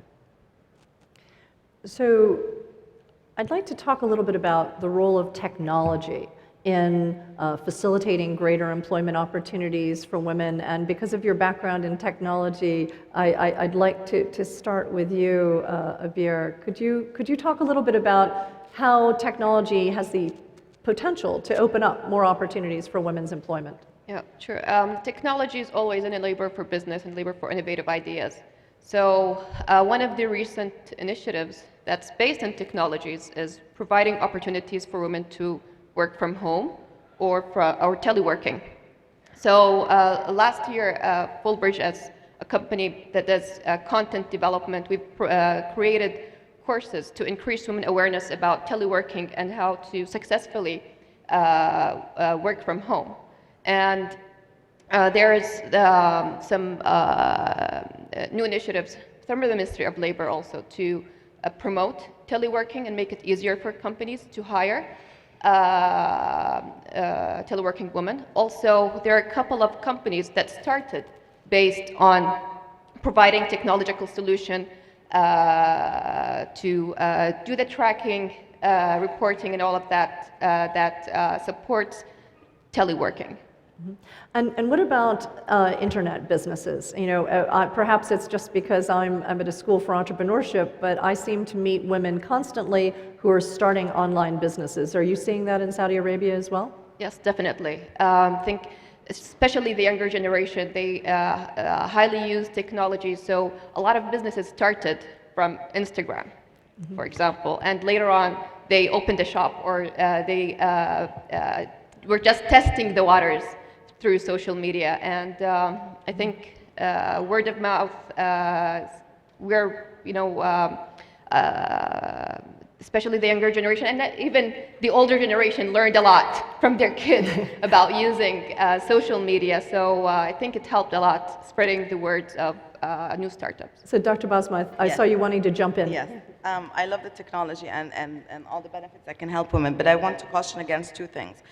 There's a research that we did in Markaz Sayyidah Khadija bint Khuwailid regarding working from home, because there was a lot of people asking that women should just work from home and keep them at home. And so we decided to ask a nationwide in Saudi, women and men, if they think working from home will actually help women participate more in the economy. And 87% of society said, yes, that's an amazing idea. We should have women work from home. And when we asked the women themselves, do you prefer working from home or working part-time? Only 32% wanted to work from home. The rest wanted to work part-time or full-time. Reason is, we need to just caution that not to label that, okay, she's a woman, she has kids, she needs to just stay at home. Because sometimes you need that 4 hour to go out, to meet people, to get exposure, to get experience, and go back home. And what we stand for is that we need to let women decide what is good for her and her family at the time, whether her kids are young or in college or whatever. We should not make that decision and say, now that the technology is here, everybody should just sit home and work. Maybe that is going to be, you know, a solution for rural areas or certain age groups that need to be at home. That is as far as the technology. When it comes to the social media, one of the main reasons women are actually starting their business online is because it's very difficult to go and maneuver through the regulations. Okay. So maybe abroad, it's just the latest thing that came up and, you know, it's more convenient and all that. But here at times it's because to get away from some of the regulations and some of the bureaucracy of starting a business. So just wanted to bring that to your attention. So if I can jump now to Dr. Afnan and ask, actually I'd like to have all of you, but if I could start with you, Dr. Afnan, give examples of companies that you think are doing an exemplary job of incorporating women into the workforce or who have taken a leading role in doing this. I think the majority of the companies, the major companies in Saudi Arabia today are taking a lead on this with having females, if I may say, being part of the organization. Until recent, it was very segregated. It is segregated to an extent now, but however, there is a good sense of interaction between the males and the females. on a very professional level, which has really amazed me. And I don't want to, give names of companies because I don't think it's fair. Because I think the majority of the major companies, but just to name, the leaders on this, Saudi Aramco, a Zamul company, but there are so many out there that are participating. Dr. Lama? Yeah, I think it actually starts from there. Of course, there are major big companies and international companies that understand that gender diversity is actually going to be an added value if they start employing women. But then there's another thing that has been good. Regulation has helped some companies to actually, whether they thought they did not even think about it, to actually push for women, because we have something called nitaqat. And nitaqat is a quota of Saudization that is required for companies. And nitaqat has been good because this has pushed also to open up opportunity, whether we accept it or we don't accept it, for women, because to actually be able to reach the quota required for that sector. So that also has created some kind of creativity and innovation in companies that had absolutely no idea of actually employing women. It was not even there in the vision. And this has pushed a lot into the market. But there are still many companies that prefer not to employ women. And I always use these places where I am today is to call first on the international companies that come here. We've had such bad international media in the past few months on a lot of different issues. And I always wonder why we get bad international media when international companies locally have not done enough to actually open up opportunities for women. Or men. Women. Or men. So no one wants to call out particular companies here today? Yes, I can. I mean, it's not an issue. Go ahead. Okay. No, I mean, I visited Bupa here, and they have done seriously an amazing job. I mean, I have to talk about people I visited. Yes. Dr. Basma? There's the Al-Ayyan group. There's ones that were forced into it. There's ones that were not forced. So the ones that were forced into it by regulation are Shaya, Al-Hikar, because of the saleswomen. The ones that actually were not forced into it and did sales, Al-Fitahi, started way before any regulation came out. We have, as she said, Buba, Savola. We have a lot of Abdul Latif Jamil, a lot of them. GE has done a lot. Yes. Yeah. Abir? Yeah, well, I would like to mention Sadat. Sadat was, when I joined them in 2003, that was way before we hear about the Ministry of Labor Initiatives and Nitaqat and all of that. So in 2003, when the Sadat project, which was the bill payment system for Saudi Arabia, it was a project by the Saudi Arabian Monetary Agency, and they were looking for women, Saudi women, to work in Sadat whenever possible. So they would only hire men if they could not find a woman. And that's, I think, that move gave a lot of women, including myself, the confidence to work in technology and very critical positions. So I think I'm very proud to be part of the team that built Sadat. A word of caution, it's not about just having women in the company. It's where do they put the women? If it's just the low-level skill jobs, then I'm not really too happy, because what happened with the quota, as a result, they wanted to fill it in with Saudis, and women are more committed because they don't have that many opportunities, so they commit to the job more. So a lot of the companies actually hired them in factories, which is great, but how many companies actually got them into mid-management, top management, and into board of directors? That is the true diversity, when you don't just bring them in low level, but you actually diversify within the management. So picking up on Ms. Hashemi's point, all of you are very well qualified and have participated in business and other parts of life. What qualities would you say that you would advise young women that they need to develop if they're going to be successful in business? Tough skin. Patience. Tough skin. Tough skin. I would say determination. Determination. I think for me it's passion and just continue learning. Be recognizable. Dr. Lama? Yeah, I mean, I want to elaborate a bit. Yes, please. I think I should elaborate on tough skin as well. But to actually start a business is a tough decision to make because it's your own personal business. You know, you don't have a 9-to-5 job where you can actually leave and then let somebody else make the basic decisions. But you will find that a lot of the young girl I've noticed, and I was one of them once. So basically, if I talk about myself and I say, when I graduated from Saudi Arabia as a biochemist, the first thing I did when I left university is I went and I opened a shop. Because for a while, I was not too happy working for somebody. You know, I still wanted to be my own boss, where I can come in at the hours that were, that was good for me. I would leave when I want. But then, of course, I opened the shop, and then I found out that I failed. So I lost all my money. I had nothing, and then I closed, and then I went back to work. What I'm trying to reach here is working before starting a business is also not a bad thing to do. So try to get a job for at least, because it teaches you commitment, it teaches you discipline, it teaches you to be bossed around, and that gives you a feel of what it means to be an employee. You'd actually be a better employer if you know first what it is to be an employee. Excellent answer. And by the way, that experience is not unusual. So why don't we now turn to questions from the audience? We have a little bit more than here we go, one right here in the front row. Do we have a microphone that is going to be brought, or do you just need to shout out? Until the microphone comes, can I just explain the tough skin?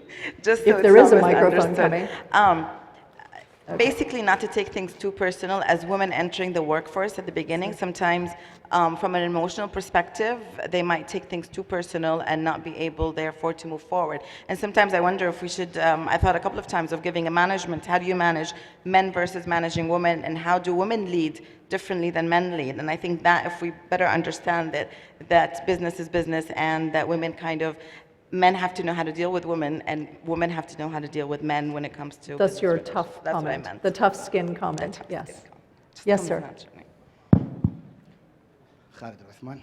A little bit of a devil's advocate. Always welcomed. Well, first I'll start with what I think is a better answer to your first question. Why engage women? Because I think it's the natural thing. And if we admit that this is the natural thing, do you panelists agree or disagree with the statements, with the argument that says exposing women's issues and demands, or even news like celebrating the first woman in this or that, or Shura Council or whatever, do you think this really creates a counter-defense culturally or maybe socially from the women's community? Shouldn't we just calm down and make things happen naturally? There is a cultural change that is taking place, and maybe exaggerating on the demand of liberating women really fires back. This is not my belief, but this is just a question of a devil's advocate. Can I answer that? So does publicity about firsts and accomplishments actually become counterproductive? Actually, thank you for the question. I think we need to remain on the first, but maybe not the first of what we're doing now in 21st century, but actually go back to the first lady in Islam, Sayyidah Khadija bint Khuwailid, Prophet Muhammad's wife, and teach women about true role models of being businesswomen, okay, and how she recruited Prophet Muhammad based on akhlaqu, how she actually was leading. She was the boss of Prophet Muhammad, so that means women can have leadership positions. And I think we need to define these role models, female role models to women, and say we're not first here. We had all those first back then. And if we need to it's not about liberalization, it's about modernization and going back to our roots, but understanding them correctly. And I think we need to bring that back up to life and a more role model. Thank you. Yes, right here, please. My name is Hana Sayed, and I'm the head of diversity at the Olayan Group. And I would like to share with you, Dr. Haley, that our diversity strategy, which we call the House of Diversity, has been recognized as a best practice in the region by the World Economic Forum. And we do a lot of extensive work with the subject of gender diversity. My question to the panel is, in your perspective, what is needed to change the tone of the conversation about women in Saudi Arabia from employment to the proper inclusion in the economy? Thank you. Dr. Lama? It's hurt my heart. It's, we need to have more decision makers to support women, and we need to talk more about women issues. There is no need to feel embarrassed to talk about women issue. We talk about it so much that I have seen young women, very professional, who have felt embarrassed to talk about the women issue. When I first got elected into the Chamber of Commerce, coming from a scientific background, so I was a lab technician, I walked in for a whole year, embarrassed to sit with women and only meet the women to talk about women issues. Because we were brought up that, you know, we're scientists and there's no need.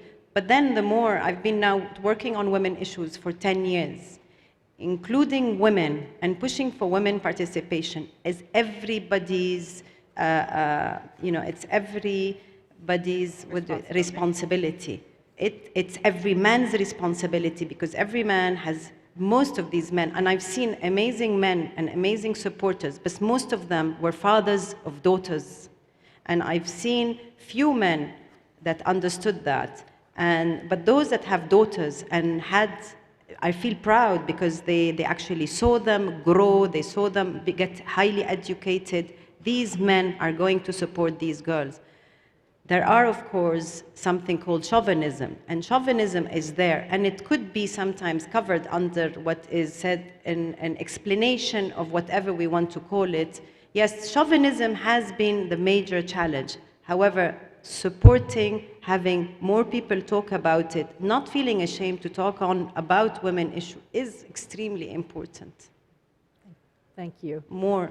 We have one in the, yes. We have one in the back that I saw. Yes, sir. Yes, can't good see evening. My question is, are there any projects currently that any of the ladies are working on to encourage women entrepreneurship? And we're going to have to be really quick in our answers. Are there entrepreneurship programs? Yeah, there's always continuation. We work on legislation reforms. There's always continuation of bringing up to the decision makers, ministers, and the king and so forth about what needs to be changed to give women more opportunities and remove these obstacles. Then there's other organizations that work specifically in training women for entrepreneurship and giving them the skills. So we just work from the regulatory point of view to open the door for them. And I would like to, at this point, thank our incredibly talented and distinguished panelists. Thank you so much for making time to be with us today, and thank you for your insights. Thank you.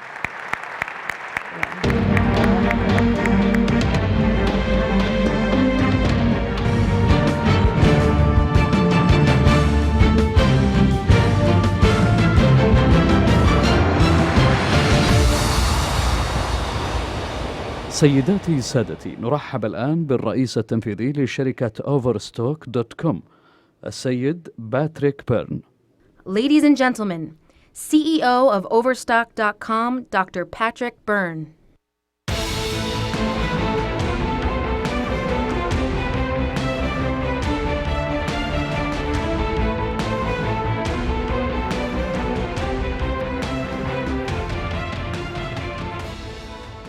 Your Excellencies, ladies and gentlemen, what a supreme honor it is to be invited to speak with you. I was here 12 years ago in Saudi Arabia as a guest of your royal family, and it's just remarkable to come back and see the changes. Who am I? If there's a magazine in America, the magazine is Silicon Valley, called Wired Magazine. Wired Magazine has been writing extensively about me in the last couple years. Here was a large profile that's calls me the Bitcoin Messiah and the scourge of Wall Street. Now, I'm the Messiah of nothing, and I'll be talking about Bitcoin. I'm not even really big on Bitcoin. Scourge of Wall Street means the enemy of Wall Street. The big, we say that Genghis Khan was the scourge of Europe. And actually, the Crusaders said that Saladin was the scourge of it just means the great enemy. So I'm perceived as the great enemy of Wall Street in the United States. I'll be explaining how that came about. First, just a little bit, I used to be a professor, just a little bit of economic thought. I divide economic thought into like interventionist schools, people who think the government needs to run the economy, and those tend to be either Keynesian or like John Maynard Keynes or monetarist, Milton Friedman. There's a different school of thought that's non-interventionist. Generally, we call the Austrian school of economics. And then there's a completely different school of thought of Islamic finance or Sharia finance. I'm an Austrian economist by background, and I believe there are some very deep connections between my area of economics and Islamic finance. And the reasons for that are going to also become apparent here. There's an innovation that has come about in the last few years called Bitcoin. Now, if you read about Bitcoin, Bitcoin's not the main event. The main event is the technology that's underlying Bitcoin is called the blockchain. And it's this, I've been in the internet for 16 years. I've built a $2 billion profitable e-commerce company in America. I can tell you that this innovation is going to be bigger than the internet. It's going to be bigger than the internet and quicker, what this does to the world in the next 5 years. So the important word to remember from this talk is the blockchain. You can apply the blockchain to money, and you get a new form of money that people call Bitcoin. When there's other kinds of coins. You could apply it, however, you can apply the blockchain to revolutionize all kinds of processes. For example, how you do land titling or titling of any real asset. You can also apply it to Wall Street, and you can come up with a version of Wall Street that can't be cheated, where no one can cheat you. And that's where I've been working mostly in the last 2 years. To explain the significance of this, I want to take you back to when the markets cratered, melted down in 2008, the last time the markets melted down. And Alan Greenspan was invited to appear before Congress and give his thoughts as to why the global financial system was collapsing. And this is what he had to say. There are additional regulatory changes that this breakdown of the central pillar of competitive markets requires in order to return to stability, particularly in the areas of fraud, settlement, and securitization. Well, that statement got a lot of attention, and we all know what fraud was. Bernie Madoff was fraud. Securitization, that's mortgage-backed securities and so forth. But he mentioned this thing called settlement. What is settlement? Now, this may seem kind of dry, but I promise it's going to be worth your time. Settlement is the word we use to describe in any exchange. Suppose Grandpa wants to buy a baseball glove from this fellow. They make the deal, but the process of where they actually hand over the money and the baseball glove, that's called settlement. It applies to Wall Street too. So when Grandpa wants to buy some stock from a hedge fund, they make the deal at NASDAQ or New York Stock Exchange. But the process by which the money and the stock change hands, that's called settlement on Wall Street.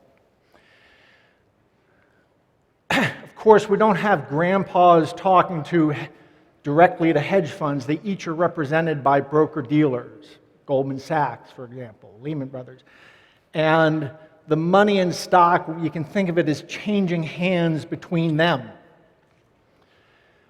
But in reality, it's slightly more complicated. In the late 1960s, when I was a young man, my father took me down to Wall Street.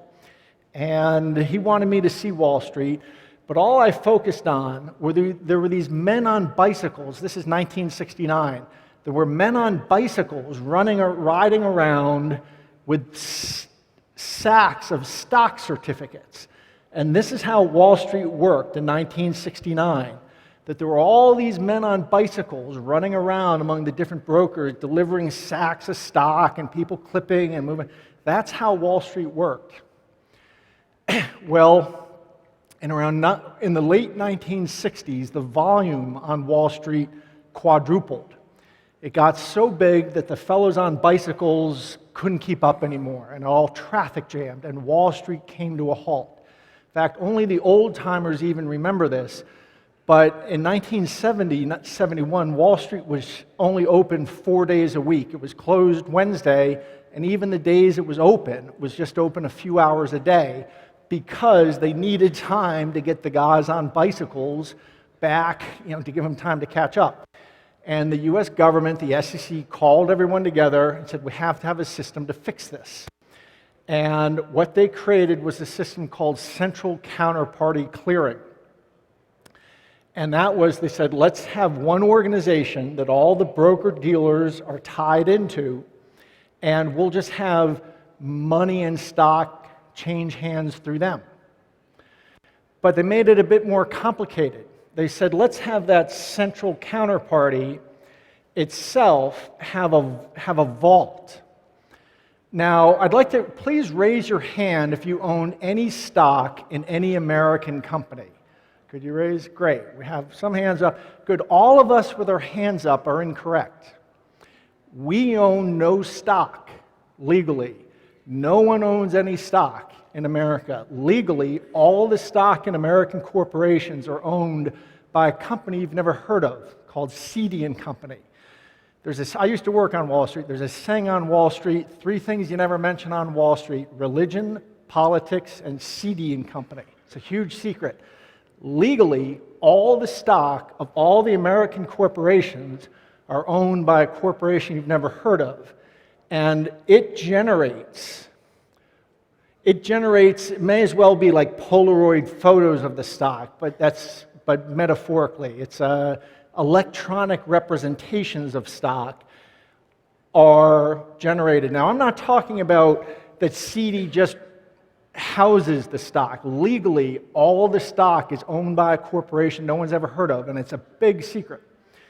But if you read carefully through the legal brokerage statement, you'll find out nobody owns any stock. All the ownership is owned by this corporation. There are these representations of that are put into the system, money's in the system, and that changes hands. And there's actually about 100 broker-dealers who are wired directly, it's like plumbing, and they are connected right into that central counterparty clearing. And even the truth is there's another 3,000 brokers who are wired into them. And as you think you're trading stock, buying and selling stock in the American stock market, by the way, all this, what's really going on is all that's being traded are representations of representations of representations of ownership that's actually in a company that no one wants anyone to know about. It's the craziest system. By the way, most of the world adopted this model. It's called central counterparty clearing with immobilization. Now, why I said my version of economics is I see some similarities between it and Islamic finance, is we in the West, we understand that Islamic finance has prohibitions against riba, the interest, but there's another aspect that's always intrigued me. And I've spent a lot of my life over here as a guest of the Husseini family of Lebanon, and they have brought me around the Gulf and the Middle East for 30 or 40 times in my life. And I've always been interested in talking to people in finance to understand Islamic finance. Islamic finance, besides the prohibition on interest, has a prohibition on a word I can't really pronounce very well. It's called gharar, something like that. It means, the translations in English are very vague and it's always described as very difficult to translate. But what it is risk. They say it's risk or derivative or ownership, but where there's not really a thing to be owned. I tend to think of it as just mischief. Islamic finance is correct to say that you must not have a financial system which has mischief allows people to expropriate value that isn't theirs or trick people into what's owned and isn't owned. I look at this system and I see this as a system filled with garar, mischief. There are so many opportunities for cheating in this system. So, what happened in 2008 was partly this system froze, and people didn't know who they could trade with. Let's go back. Let's consider an alternative version. Go back to the man who wants to buy a baseball glove.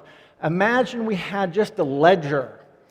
Imagine we had a ledger like my granddad running a hardware store, or that, just a double entry bookkeeping ledger, a book, which we always say that was invented by the Italians about 1300 AD, but those of us who know history a bit better know that the Italians got it from the Muslim world. The world of Islam actually innovated or created the world of double entry bookkeeping. Imagine we had a ledger, and the ledger it's a new type of technology.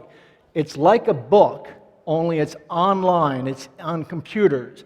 It's cryptographically protected, meaning it can't be cheated. Cryptography is, you know what cryptography is.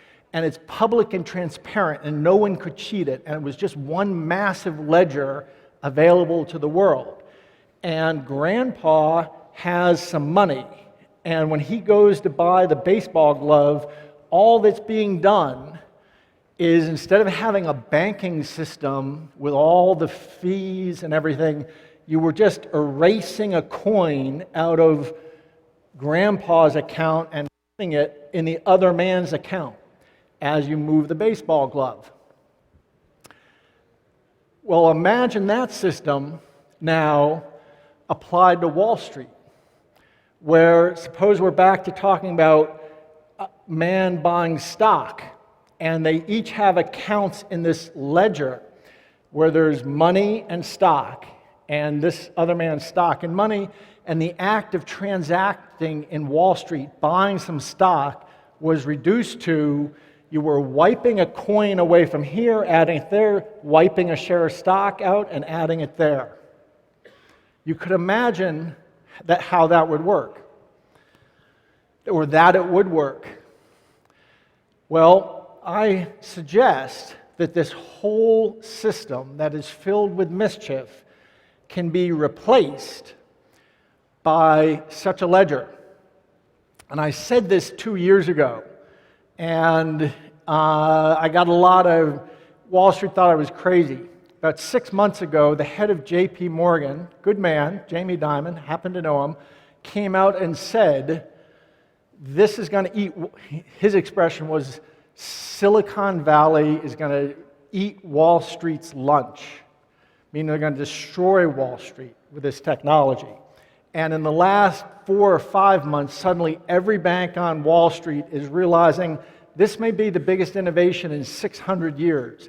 And there are actually articles and stuff saying this is the biggest thing to hit finance in 600 years.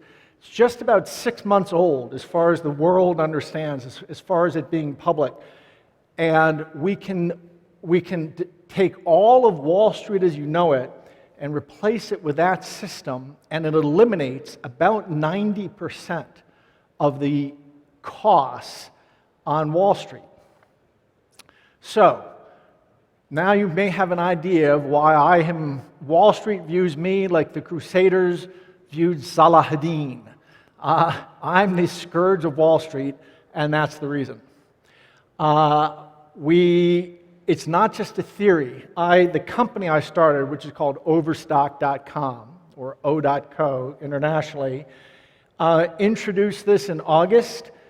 Just as a test, we introduced a bond, and we sold it to a $5 million bond. We sold to a hedge fund called First New York, very far-sighted guys, and where the bond was just done through this system and not through any of Wall Street as we know it. So we proved the concept, and And we've taken this subsidiary called T0 and we launched it a few months ago in our normally quiet way on NASDAQ. We took over NASDAQ for an afternoon and launched this and explained it to the world. Since then, it has gotten an enormous amount of attention. And like I say, just this week, I see articles saying this is the biggest thing in our lifetime in finance. There's all these people on Wall Street who in the last 3 or 4 months have gotten this is the biggest thing in their lifetime, and some people are saying it's the biggest thing in 600 years in finance. And I believe I've been in the internet for 16 years. Unlike Al Gore, who likes to claim he invented the internet, I didn't invent it, but I was there from pretty close to the start. Everyone involved in this understands this is going to be bigger than the internet itself. And that's not me saying it. You can look that up in the news. Just in the last few months, everyone's getting that joke. So now you really understand why I'm the scourge of Wall Street. I'd love to take any questions in the remaining 3 minutes. Sir. Your Excellency. Oh, sorry, I think we need a... If you would like to say the question to me, I will repeat it to the audience.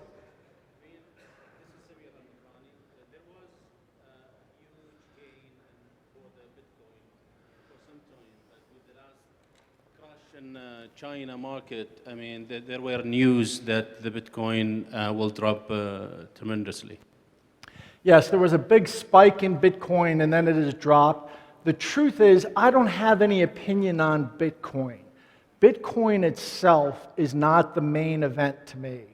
Bitcoin is the hors d'oeuvre. The main event is the technology that makes Bitcoin possible, is this underlying technology called the blockchain. And that is what's going to change everything. Because you can, so I don't really care about Bitcoin. I don't know if it goes up, down, side. The technology that made Bitcoin possible, we can apply to Wall Street and change the face of Wall Street. Sir. Thank you. My name is Ibrahim Al-Turki. I am from the International Studies Center here in Riyadh, Saudi Arabia. Your idea is really very, very impressive. And from now on, I will start reading about it because I didn't fully comprehend it. But I would like to know what is the relationship between this, your big idea, and Islamic economics. First of all, you said that interest is prohibited. But if you took, a standard, Islamic economics contract, and you would take it to the city or to New York, and everybody would say to you, oh, this is interest and there is principle. So there is interest, but we don't call it interest. We went around it, which is a way to innovate, but very limited. Secondly, the countries that have practiced Islamic economics, mainly Sudan, Iran, and Pakistan, have performed very poorly in many, many aspects of economics. Poverty, economic growth, employment, all these aspects. So my feeling is that you are trying maybe to connect your idea to Islamic economics in a way that is not clear to me. That's a very fair question. Yes. That's a very fair question. Well, Islamic finance has the prohibition against interest, and that is not where I'm coming from. And I have in Austrian economics, interest is very important. So I'm not against interest. But besides that, my understanding of Islamic finance, and I've asked many people to explain, and I read, there's another, in English, I read, and there's another aspect of Islamic finance, Sharia finance, that people have had a great deal of trouble explaining to me. And it's the prohibition not against interest, which I do not agree with, but it's the prohibition against, and I'm sure I'm mispronouncing this, gharar. Gharar. And shukran, sorry. And I understand by gharar that it is a prohibition against well, it's risk or derivative risk, or also selling that which does not exist. And in the global financial system as we understand it, there is a huge difference between that which exists and that which is being sold, bought and sold. And I think it creates a lot of opportunities for problems. And I think that the suspicion that people have of the Western financial system, I think it is a great big bubble. I don't believe anything that we're being told. I think 2008 was the hors d'oeuvre. I think what is about to come is much more significant than 2008. They've just been pumping up a bubble, and now they can't pump up the bubble anymore. The air is rushing out. So, but a system that is based on real ownership, one-to-one ownership, without all that craziness, is a much more stable system. And in that very deep philosophical way, I think that a blockchain-based system, it will actually be much more stable than the magic money tree Keynesian system that has taken over the global financial system. I'm being polled. Do I have time for one more, you say? Oh, no, I have to get off. It's such an honor to speak with you. Thank you very much.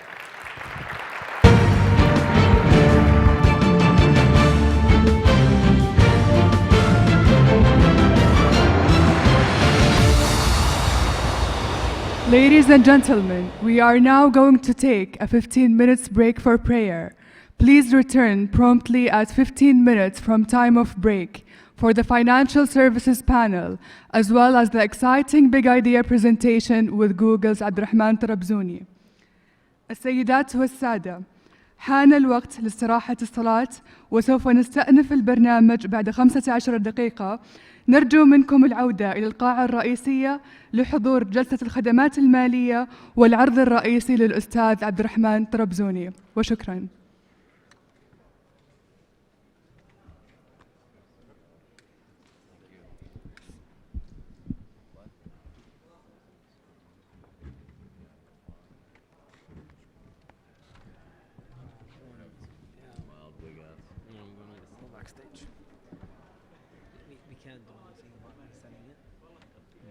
I can't do anything now.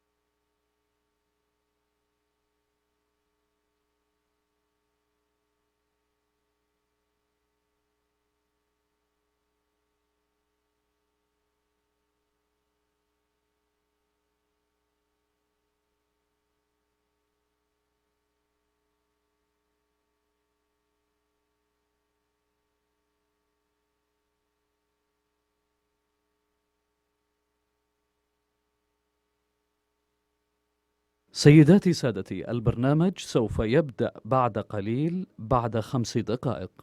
Ladies and gentlemen, our program will resume in 5 minutes.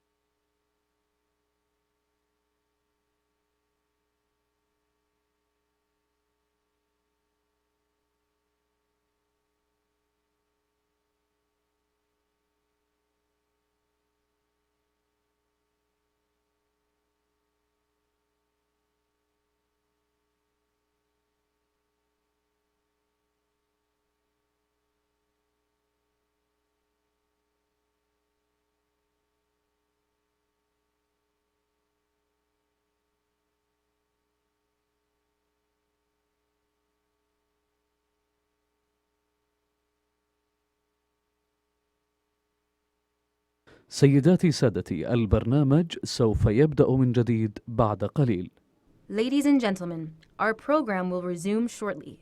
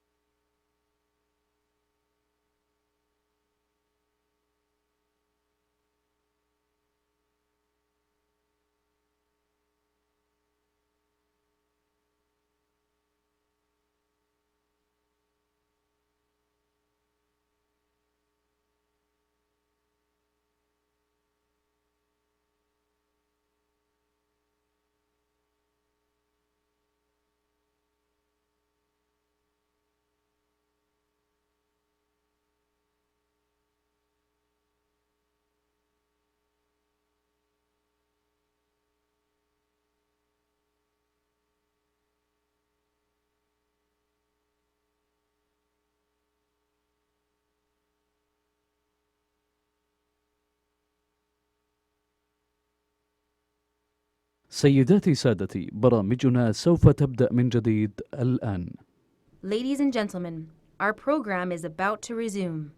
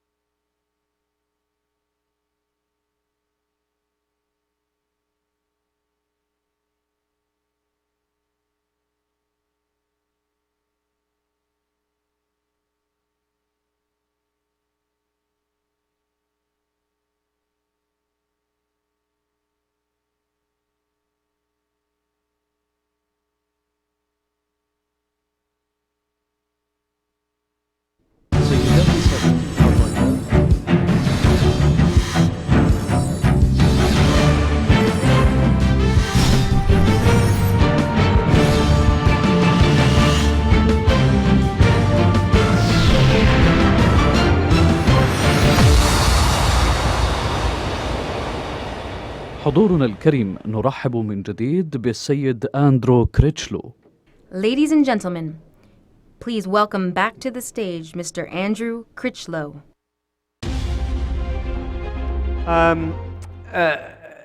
Ladies and gentlemen, thank you very much for your time coming back into the room. Getting towards the end of the day, and we're now going to tackle the subject of can innovation coexist with stability in finance. Now, post-2007, 2008, the global financial crisis, I guess innovation in finance, what could be called, in some people would say, risky finance, has got a bit of a bad rap. Did it cause the financial crisis? Did we take too many risks? It was packaging debt up in very complex and grey financial instruments. Was that the root cause of all the economic chaos, which indeed, we're still coping with today across the world? Interest rates are still pretty much at rock bottom lows. We have very little inflation, price growth. It's very difficult for banks, financial institutions to make money. We have an awful lot of regulation. Anyone who's worked in banking will tell you it's much more difficult now to provide finance, to provide the kind of capital that you, investors, and people actively working in economies need in the Middle East for projects and infrastructure and to do your business. I'm delighted to say that we've got an absolute first-class expert panel here, and I'd just like to very quickly introduce them, starting on my left. Ambassador Ford Fraker, Chairman, Merrill Lynch, Saudi Arabia. Mr. Charles Prideaux, Head of Institutional Business for Europe, the Middle East and Africa at BlackRock. Mr. Sami Kayelo, Chairman and CEO of MENA for Morgan Stanley. Jassim Al-Siddiqui, CEO of Abu Dhabi Financial Group. And finally, at the end there, Mr. Fahad Al-Saif, General Manager of Global Banking and Markets at SAB. Now, to start, I don't mind saying I'm a little bit of a skeptic about financial innovation, especially in a region like the Middle East, where previously there's been no shortage of capital, but I'm here to be convinced otherwise. And I know, Fahad, you're of a view that it's a good thing and we need more of it here in the region. Why? Assalamu alaikum wa rahmatullah, masakan abul khair, and good evening everybody. Yes, indeed, the introduction you put into the international markets and developed markets, that they are becoming very concerned about financial innovation. I don't think it applies if we want to localize that into Saudi or in the region. Today's circumstances and today innovative type of approaching the new economy, if I would like to classify it that way, that definitely we do require in Saudi a lot of financial innovation to create more deep markets, more efficient markets, and more distribution of the risk, and to interconnect the sectors and the chain within the sectors. We're all aware that any sector do have investments into innovation. Manufacturing do have innovations R&D. Telecommunication do have innovations R&D. Why not financial sector also have innovations into and spend into innovation? More precisely, in the government, in a country like Saudi Arabia, I think it's an optimal and vital that market participants, stakeholders, supervisors do encourage financial innovation up to a certain extent, where it is controlled and not taking advantage or arbitraging regulations or mis-selling. But with the Saudi banking industry, the banks here are well capitalized. They don't carry the same financial constraints as, say, some of the European international banks. Why bother taking the risk? Well, also the Saudi context, there are constraints on the local banks with risk-weighting assets and capital charges, and also the duration of the financing that you can participate in. But in Saudi, as we all know, that there are many privatization and also project finance requirements. So you need to create that financing layers into the economy itself, and to make sure that a lot of participants could participate. I always argue with colleagues and peer group, why do investing abroad out of Saudi, where in Saudi you could find a double-digit yields into infrastructure projects that you could participate in, and you could also envisage financing semi-government or governmental projects and you could also distribute and influence saving mentality into this economy. Sammy, if I can come to you, I mean, you work for a big, powerful Wall Street bank. Some would say, part of that system that we talked about earlier, that created a lot of risk, and that all came crashing down 2008, 2009. I mean, some people would blame the industry. How do you get over that? How do you convince people that innovation can really be a solution and provide more capital in difficult times? I don't think innovation was the reason that we got into a bad place. The governance at the investor level, at the distributor level, was not robust enough, where the risk measures and so forth, and the ability to look through the complex toxic assets that were on balance sheets and were highly leveraged, were at the level necessary in order to avoid the risks. The severe conditions that came in 08 and 09, what they precipitated is better supervision, better governance. Boards now are accountable. The board members understand the risks of the companies that they oversee. And as a result, we are in a better place today, infinitely better than we were 10 years ago. Does that make you more keener to come here to the region because there's potentially more business here, there's more ways that you can innovate? Yes, I think there's a huge opportunity in Saudi Arabia. Saudi Arabia is really, when you have low oil prices, then your sources of funding have to change a little bit. You have to look for alternative sources of funding. In order to do that, you need to open up your markets, you need to deepen the liquidity, diversify the deposit base, diversify the investor base. And to do those things, I think you need to innovate in order to attract both domestic and international investors. And there are examples, both in Saudi, Saudi's already on track with that, and regionally, where some markets have done the same and have benefited immensely from this new wave of money that comes in from around the world. Charles, I mean, BlackRock, huge asset manager, but here in Saudi, I mean, the market opened up recently to international investors, but it's had a bit of a false start. Why is that? Well, I think as clearly there have been the uncertainty to do with the oil price and uncertainty associated with the geopolitical climate.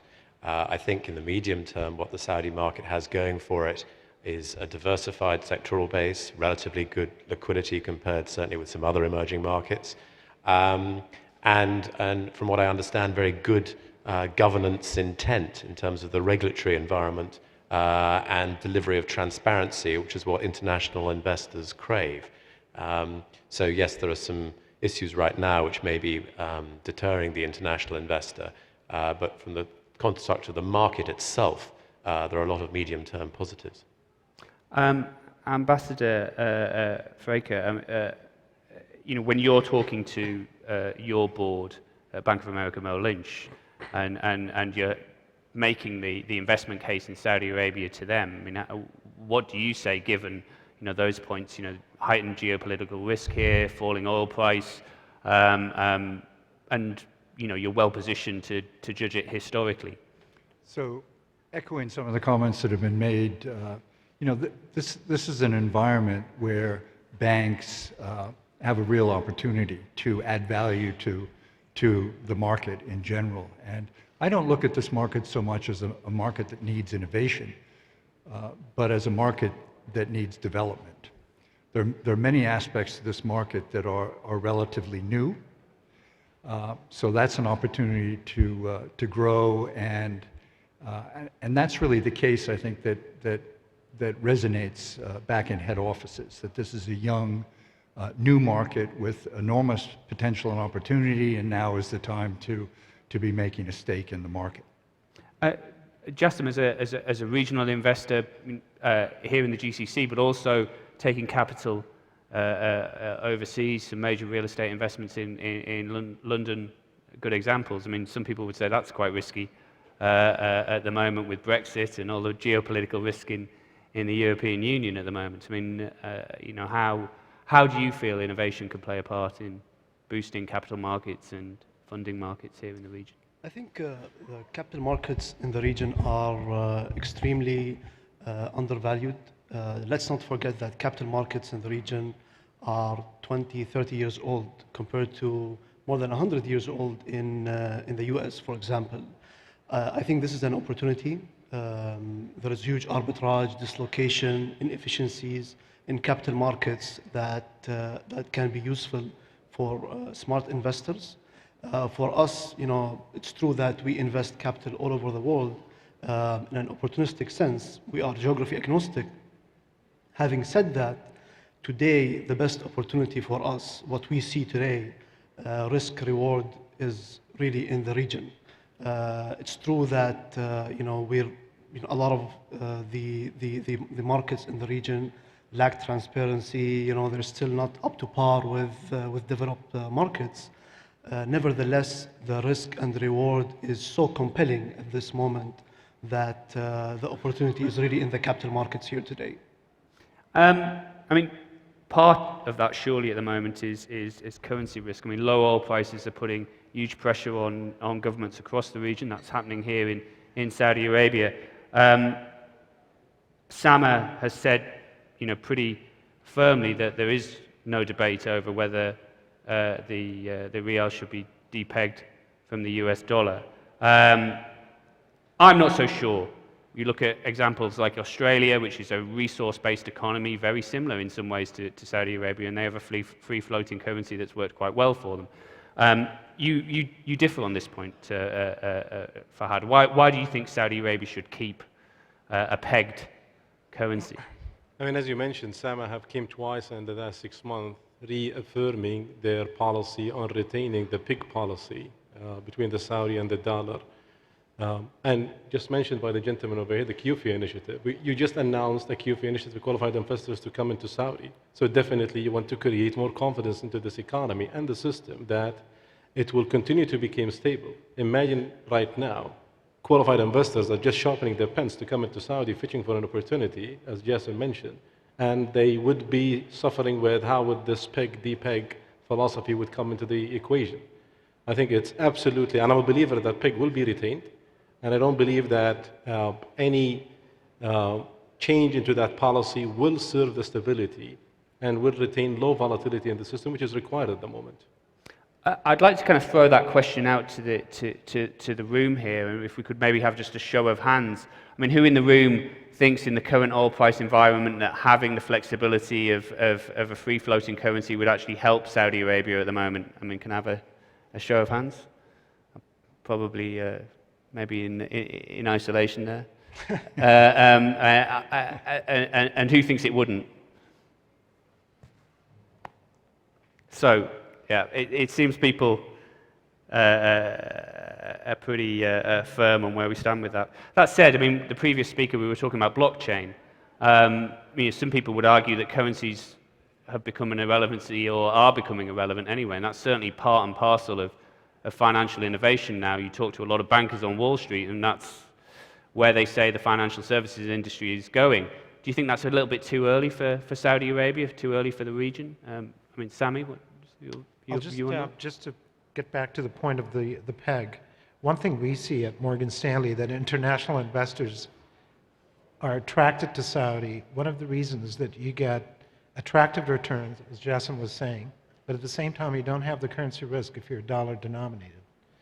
And that's a very, very important thing, because if you're able to capture 5, 6, 7% return and lose it on the currency exchange because of volatility in the exchange, then you're going to think twice about investing in that market. So although the peg today may be under pressure, it does offer a lot of attractive traits for international investors to come in. As far as the Bitcoin and so on, personally, my view is that it's a very compelling technology. It may have a place, it may come, but as has already been stated, Saudi is developing slowly but methodically and very thoughtfully towards an end solution. I don't see that happening really in the short term, but I do think that ultimately it may have a place, but I'm not sure where it comes in here. Justin, do you see a place for blockchain technology somewhere in the GCC at some stage? I think we will not have a choice whether we want to adopt this or not. I think the financial services industry is going to be disrupted by blockchain technology, whether in the next 3 years or 10 years. Time will tell. a lot of the bulge bracket banks in the developed world are already investing and researching in this technology seriously and significantly. Whether the region is ready or not, we will be forced to adapt to this new system that is going to disrupt the financial services industry. Disruptions usually do not happen at a projected time per se. They happen all of a sudden. The information technology disruption that has happened over the past 6-7 years was not thought of to happen. They happened suddenly. And I think we need to be very serious about the next thing in financial services, because the status quo is not compatible with the way the technology has revolutionized the way we live today. The banking system has been there for a very long time and it hasn't evolved really. A very good example is if there is a deal to be made, the commercial parties agree on a deal, the buying and the selling, but the transaction completes, after 2 days, after 1 month, after 3 months. This inefficiency in the system eventually is going to go away, and this is what the technology like blockchain is looking to replace. So I really think that it is not a luxury to choose to adapt to innovation. You will be dragged into it, so you might as well be prepared for it. Charles, Yeah, I agree wholeheartedly with that. I think if in England we reference an old king called King Canute, as you may know, trying to hold back the tide, you cannot hold back the tide of technology disruption. And from an asset management point of view at BlackRock, we are very alive to this, both in terms of the way in which we conduct research today, in terms of using data mining techniques. That, if you like, is innovation in financial services that we could only fantasize about 5 years ago, right the way through to evolution of the settlement process, which through time we would hope, therefore, to deliver better end value for our clients. So we are very interested in terms of more and better and more efficient ways to enable execution. And technology is going to play its part in that. And then I think if we're in denial about that, then we would be wrong. I'm reminded of a comment that one of my banker friends said when he said that banking, technology, and sharks have a lot in common, and that is that if they don't all keep moving, they die.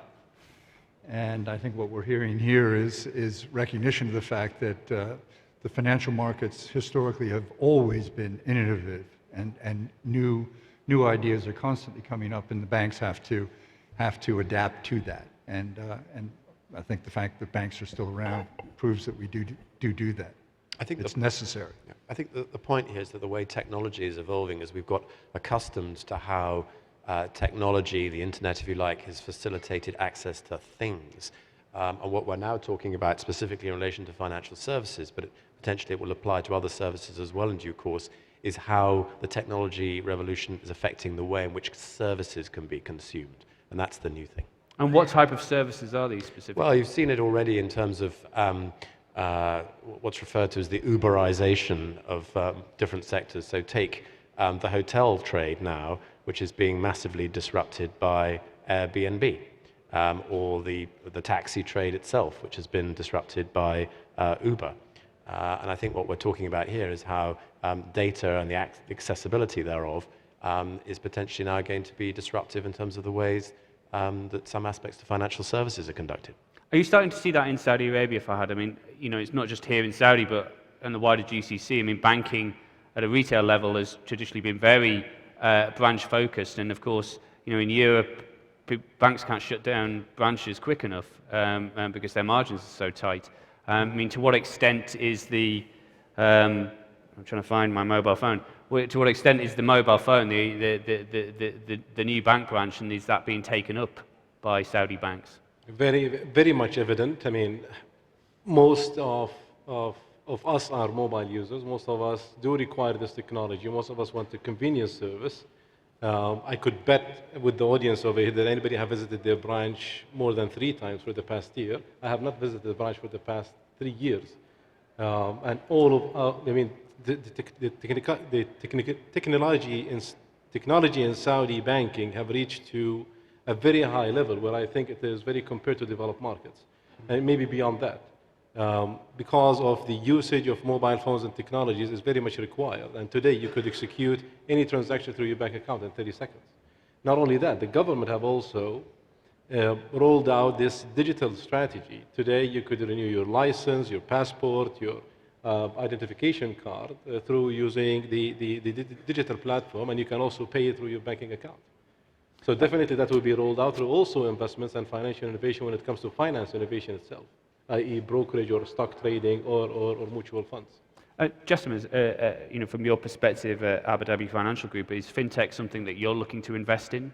Absolutely. So at ADFG, we have a technology initiative.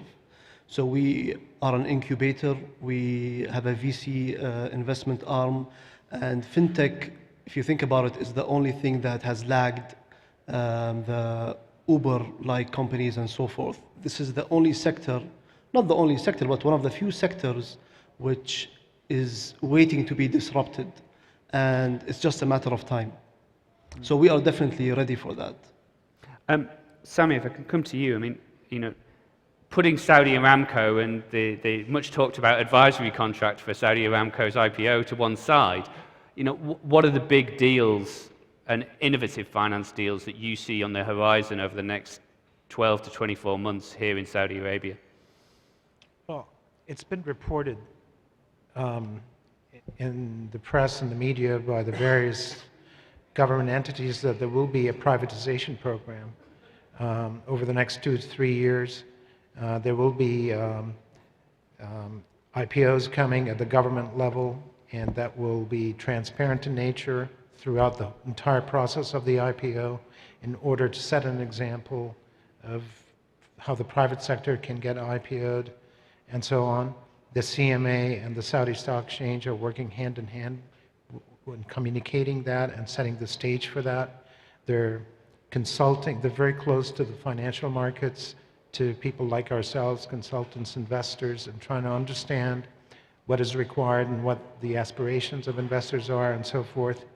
I think everybody's getting ready for that, and the way that I think the Saudi government entities, the regulators and otherwise, the framework they're putting in place is the type of work you want to do where you're close to both the lenders and borrowers to understand what's required so that you can at least assure yourself of good performance of those IPOs when they come to market. I'll cite one example in the UAE. In the fall of 2014, when Amar Mall Group came to the market, at the beginning, there was the expectation from the investors was that it was going to be London listed. But by working very closely with ESCA and the Dubai financial market, it ended up listing in Dubai. The subscription in the institutional tranche was 30 times what was expected at the higher level of the range, of the price range, was 20 times for retail, and it traded up. It rallied from where it came at 2 dirham 90 to 3 dirham 50. Despite profit taking and deleveraging, it remained up. And that's a prime example of how a regulator can adjust and work with all the parties that are trying to come to market to ensure a smooth process that's successful and sets the stage for other IPOs to come to market. Do you think the danger, though, with the privatization plan that is being mapped out at the moment is everyone's got Saudi Aramco in the back of their mind now, and there is only so much capital available that will be employed in a given market, and everyone's thinking, well, if we're going to allocate to Saudi Arabia, we're going to allocate to Aramco, where there may be other opportunities, but actually, in terms of shareholder returns, would generate more value. I think, frankly, the hype that came from the press side and far more from what was initially announced. What was announced is that we're looking to privatize some of the companies. We're looking to bring governance to certain companies and so forth. And this is a program that will take time and will happen over the next 2 to 3 years. The expectation is that ultimately those companies that are so big can benefit from being privatized because They bring governance, they bring strategic ties with international companies and regional companies. There's wealth distribution that takes place. It lends depth to the equity markets and liquidity and so on. And I think there is a bit of hype at the time being, but it's subsiding. And questions now are being asked, the proper questions, and they're being answered. And if you listen to what was mentioned this morning, and I'm sure there'll be more of it, it'll become clearer as to what exactly is the target of being privatized, let's say at Aramco or other companies, and then the solutions will be more sort of tailor-made for that situation itself. Ambassador? Yeah, I absolutely agree with that. I think there was an enormous amount of hype surrounding that initial announcement. And I think the point is that a potential Aramco privatization is an example of the fact that there are assets inside the kingdom that could be privatized very effectively, and there are many parts of Aramco that could be privatized as well. But I think this also makes the point that I commented on earlier, which is this is an enormously exciting time to be a banker in Saudi Arabia. The prospects of government privatizations, but private IPOs, the need to address a challenging financial scenario by looking to alternative financing products makes the job of a banker today, I think, very interesting. I'd like to throw the conversation open to the audience here. I mean, do we have any questions? This gentleman over here, please.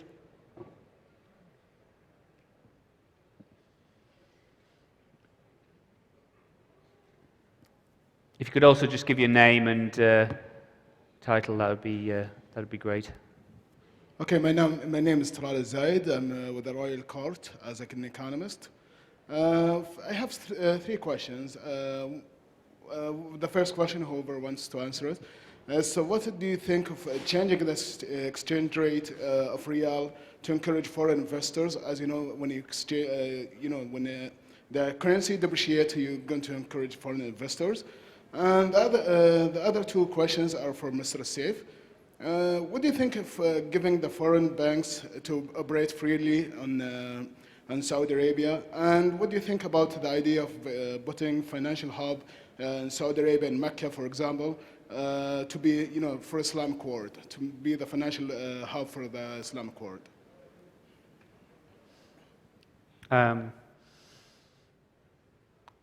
I guess you should take the first one, Fahad, maybe on, I mean, we kind of addressed the currency issue, but it does seem that there is still... Sure, again, on the currency side, again, just to re-explain, maybe devaluation will make your currency cheaper. However, if people put their investments over here and they have taken a position, they would ultimately like either your currency to revalue or to become stable. Obviously, as the gentleman mentioned, you don't want to project to make X while the devaluation take the Y, and then you end up by X minus Y. So yeah, definitely again, having a stable currency regime, which is the peg that we have at the moment, is definitely advisable, and hence also to be retained and to continue on it. Can you remind me of the second question?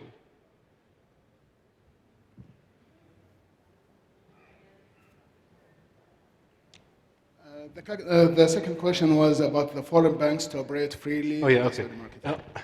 I think it's not about how many banks we have or the sizes of the banks we have. I think the challenge we're going to face on financial innovation is the set of talents, intellectual capital.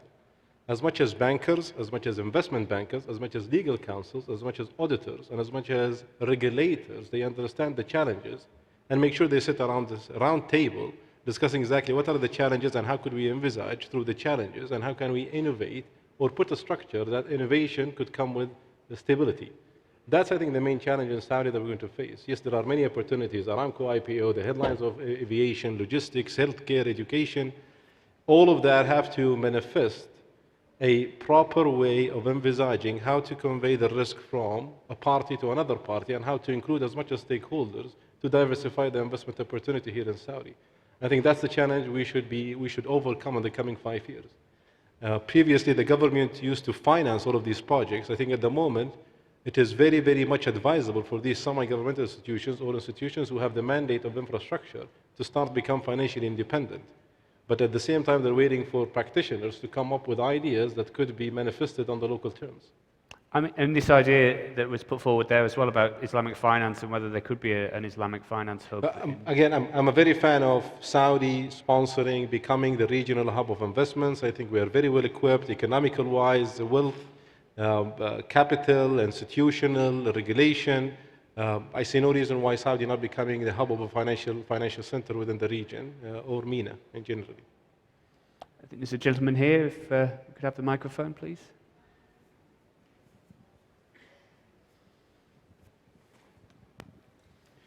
Yeah, my name is Ihsan Bahulega. My question is now the transformation program, the national transformation program is announced. Do we have in the commercial as well as investment banking the capacity to undertake that?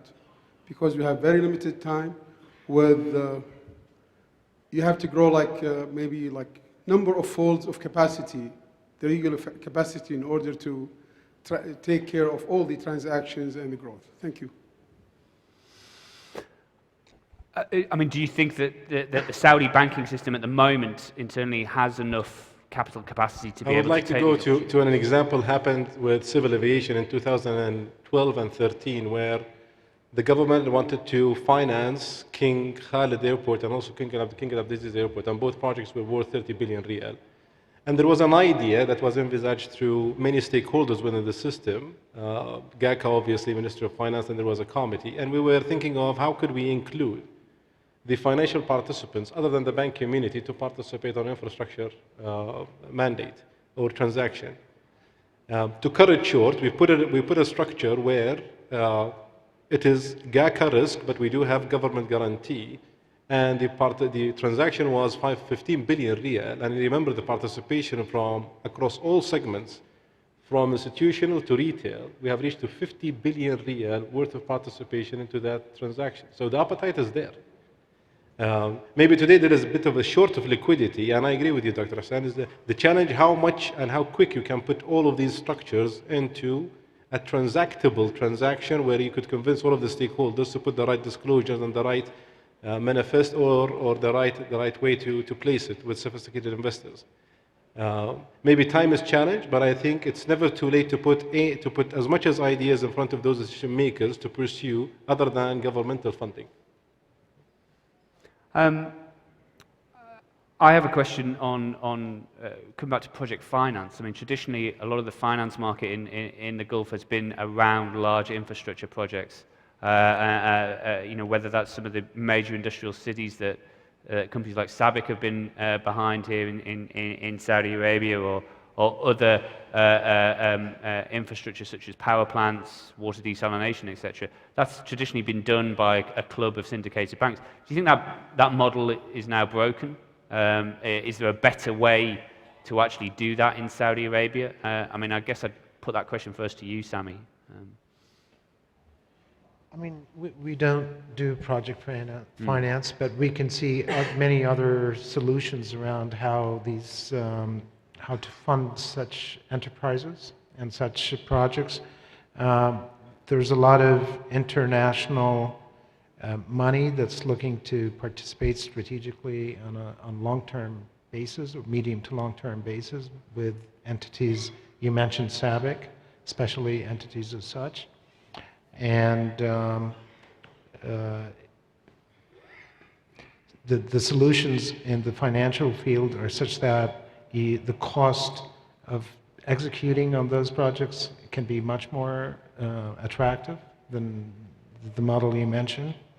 And we've seen them happen elsewhere.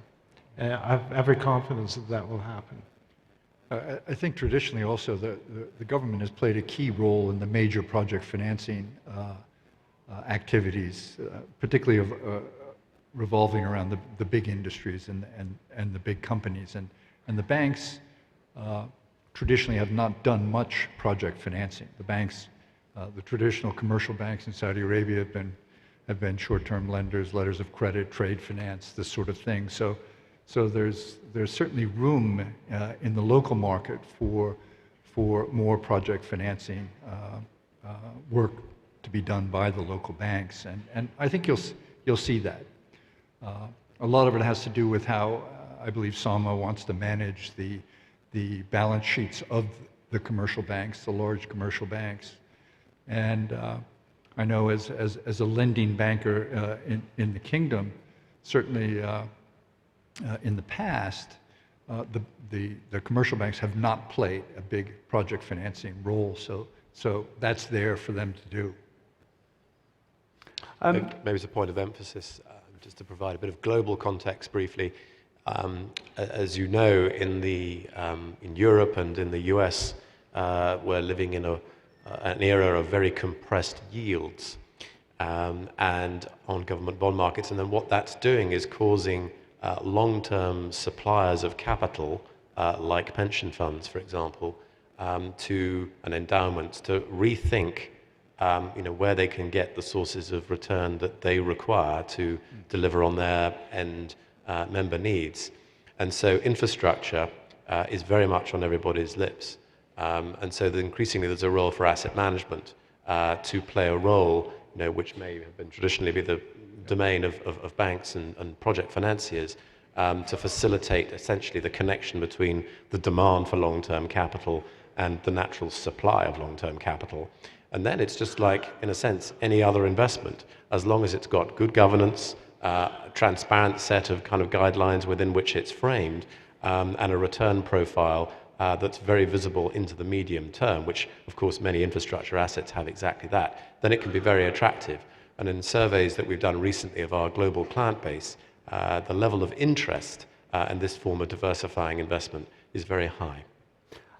If you allow me, I just want to add into that. One of the challenges we face over here with the investor community or the financing community, not precisely the banks, but more of the asset managers and also the family houses and also retail who want to participate on such long-term investments. The definition of medium-term investment in Saudi is 3 months. So we do have a challenge on persuading investors that saving mentality and medium-term investments are vital. However, if you want to persuade that type of segment to participate on infrastructure mandates or infrastructure financing, I think, as several other developed economies have also applied it, put a kicker into that. Participate in a bond that will convert into equity, and that asset will be one day listed. This is a way to persuade more of a saving mentality as well, and also to grab type of investors who want to put their money into long-term or medium-term savings. Is the regulatory environment in place in Saudi Arabia to do that? It do, but again, the challenge is how much we can manifest as practitioners to the governmental institution that this could be a way of source of financing. And again, as Dr. Hassan had mentioned, time is key at the moment, so we're pressured by time. We have another question from the floor over here, please, if you can take this.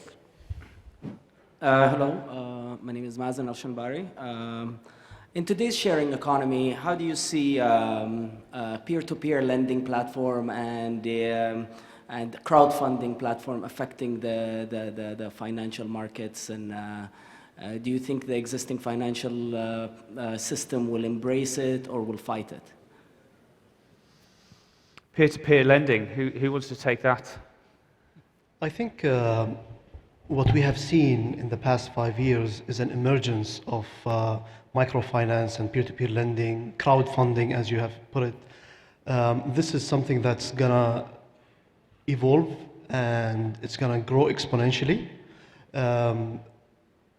Now, the big financial institutions will have to, at the end, embrace it because it will be a very important participant in the lending.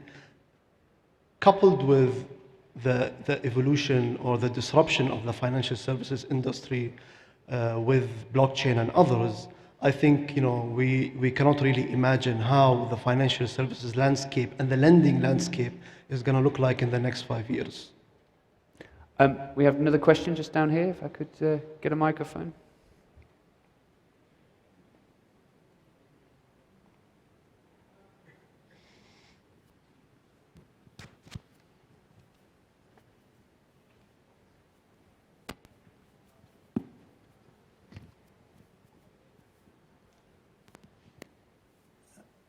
Shukri Bundagi. Actually, I'm drawn to Ambassador Fraker's comment, which I feel had a lot of depth with regard to development and not innovation. I mean, you have to ask, what are we trying to fix? With regard to the financial system and the banking system, we've got so many big elephants. We've got a dismal banking record with lending to SMEs. We've got a problem with financial inclusion. We've got a problem with financial literacy. We have an excessive currency float in the marketplace. So, I mean, the question really becomes is, can stability and finance coexist with innovation? As long as the innovation is geared towards, tap dancing. Because at the end of the day, and this is the conclusion of my comment to support my question, is who is it actually safeguarding and who is it actually benefiting when we're talking about it, when the populace is not getting the best out of a financial system? Yeah, so to elaborate on what I said, in many of the markets in the Middle East, they're new markets, the new financial markets. There's a long way to go in these markets to get some of the basic services that I think you're talking about. People aren't seeing. There's a big education element to this, financial education. People need to understand what is available from the banks. So I think that's why I call it development as opposed to innovation. Let's get the development blocks in place. And then we can move on to innovation. It's a little bit like running before you can walk. And I think that's the point you're making. Right. Thank you very much, Ambassador Ford. We're going to have to wrap up there now. We're out of time. I'd just like to say thank you to our panel for that fascinating debate. And if you'd all like to give our panelists a round of applause. Thank you very much.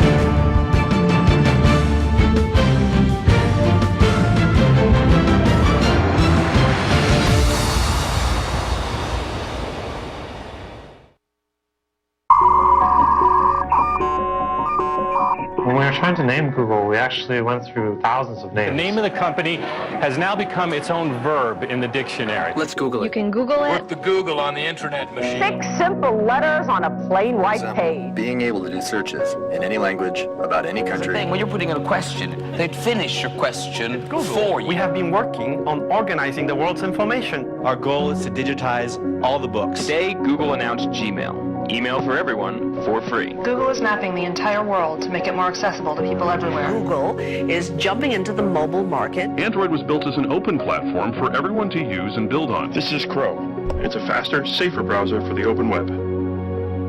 Google is unveiling what they call the knowledge graph. We needed to understand the world the way you and I do, as objects and relationships between objects. Today, Google got another useful feature with Google Now. We are providing you with answers before you've even asked for them. One of my favorite cards is the one that shows traffic data for your commute to and from work. Think about how far Google has evolved from the 10 blue links. We asked ourselves, how can we assist you right when you need it? Okay, Google, call the Walker Art Center. It's not just desktops, phones, and laptops anymore. 오케이 구글, 유진이한테 5분 늦는다고 문자 보내줘. It's watches with displays, car consoles with displays. Okay, Google, let's go to the aquarium. How can we help you get things done in as few steps as possible? Okay, Google. Okay, Google. Okay, Google, show me my photos of Lucas with the pumpkin. But we have to remember, we have a long way to go. This is just the tip of the iceberg.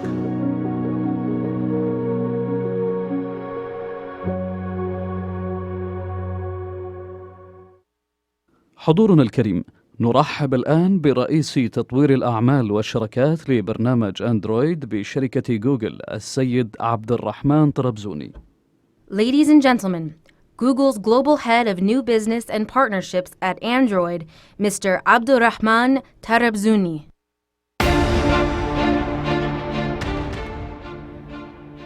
بسم الله الرحمن الرحيم. السلام عليكم جميعا. Firstly, I'd like to say it's a pleasure to be back here. It feels like a homecoming in many ways. I left the region a while back to be part of a global movement in the Valley to try to change the world through technology. But I had a growing sense of obligation to give back to the region and contribute in as much way as I can. And if there's anything I learned out of being in the Valley for a while, is that innovation and growth is an indigenous function. And if there is anything indigenous about a country, is its language and your ability to communicate big ideas that can inspire people to act and lead. So if you excuse me, English speakers, I will be giving my talk in Arabic today. Thank you.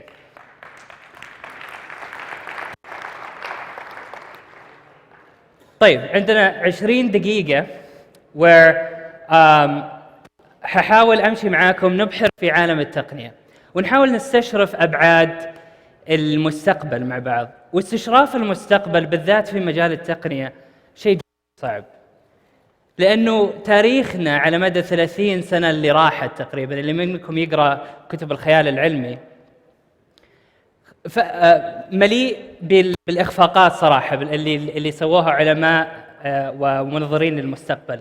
الناس كانوا يتوقعوا إنه في 2015-2016 الآن حيكون الإنسان متواجد في مستعمرات على المريخ، وإنه تكون رحلات الفضاء شيء من الواقع.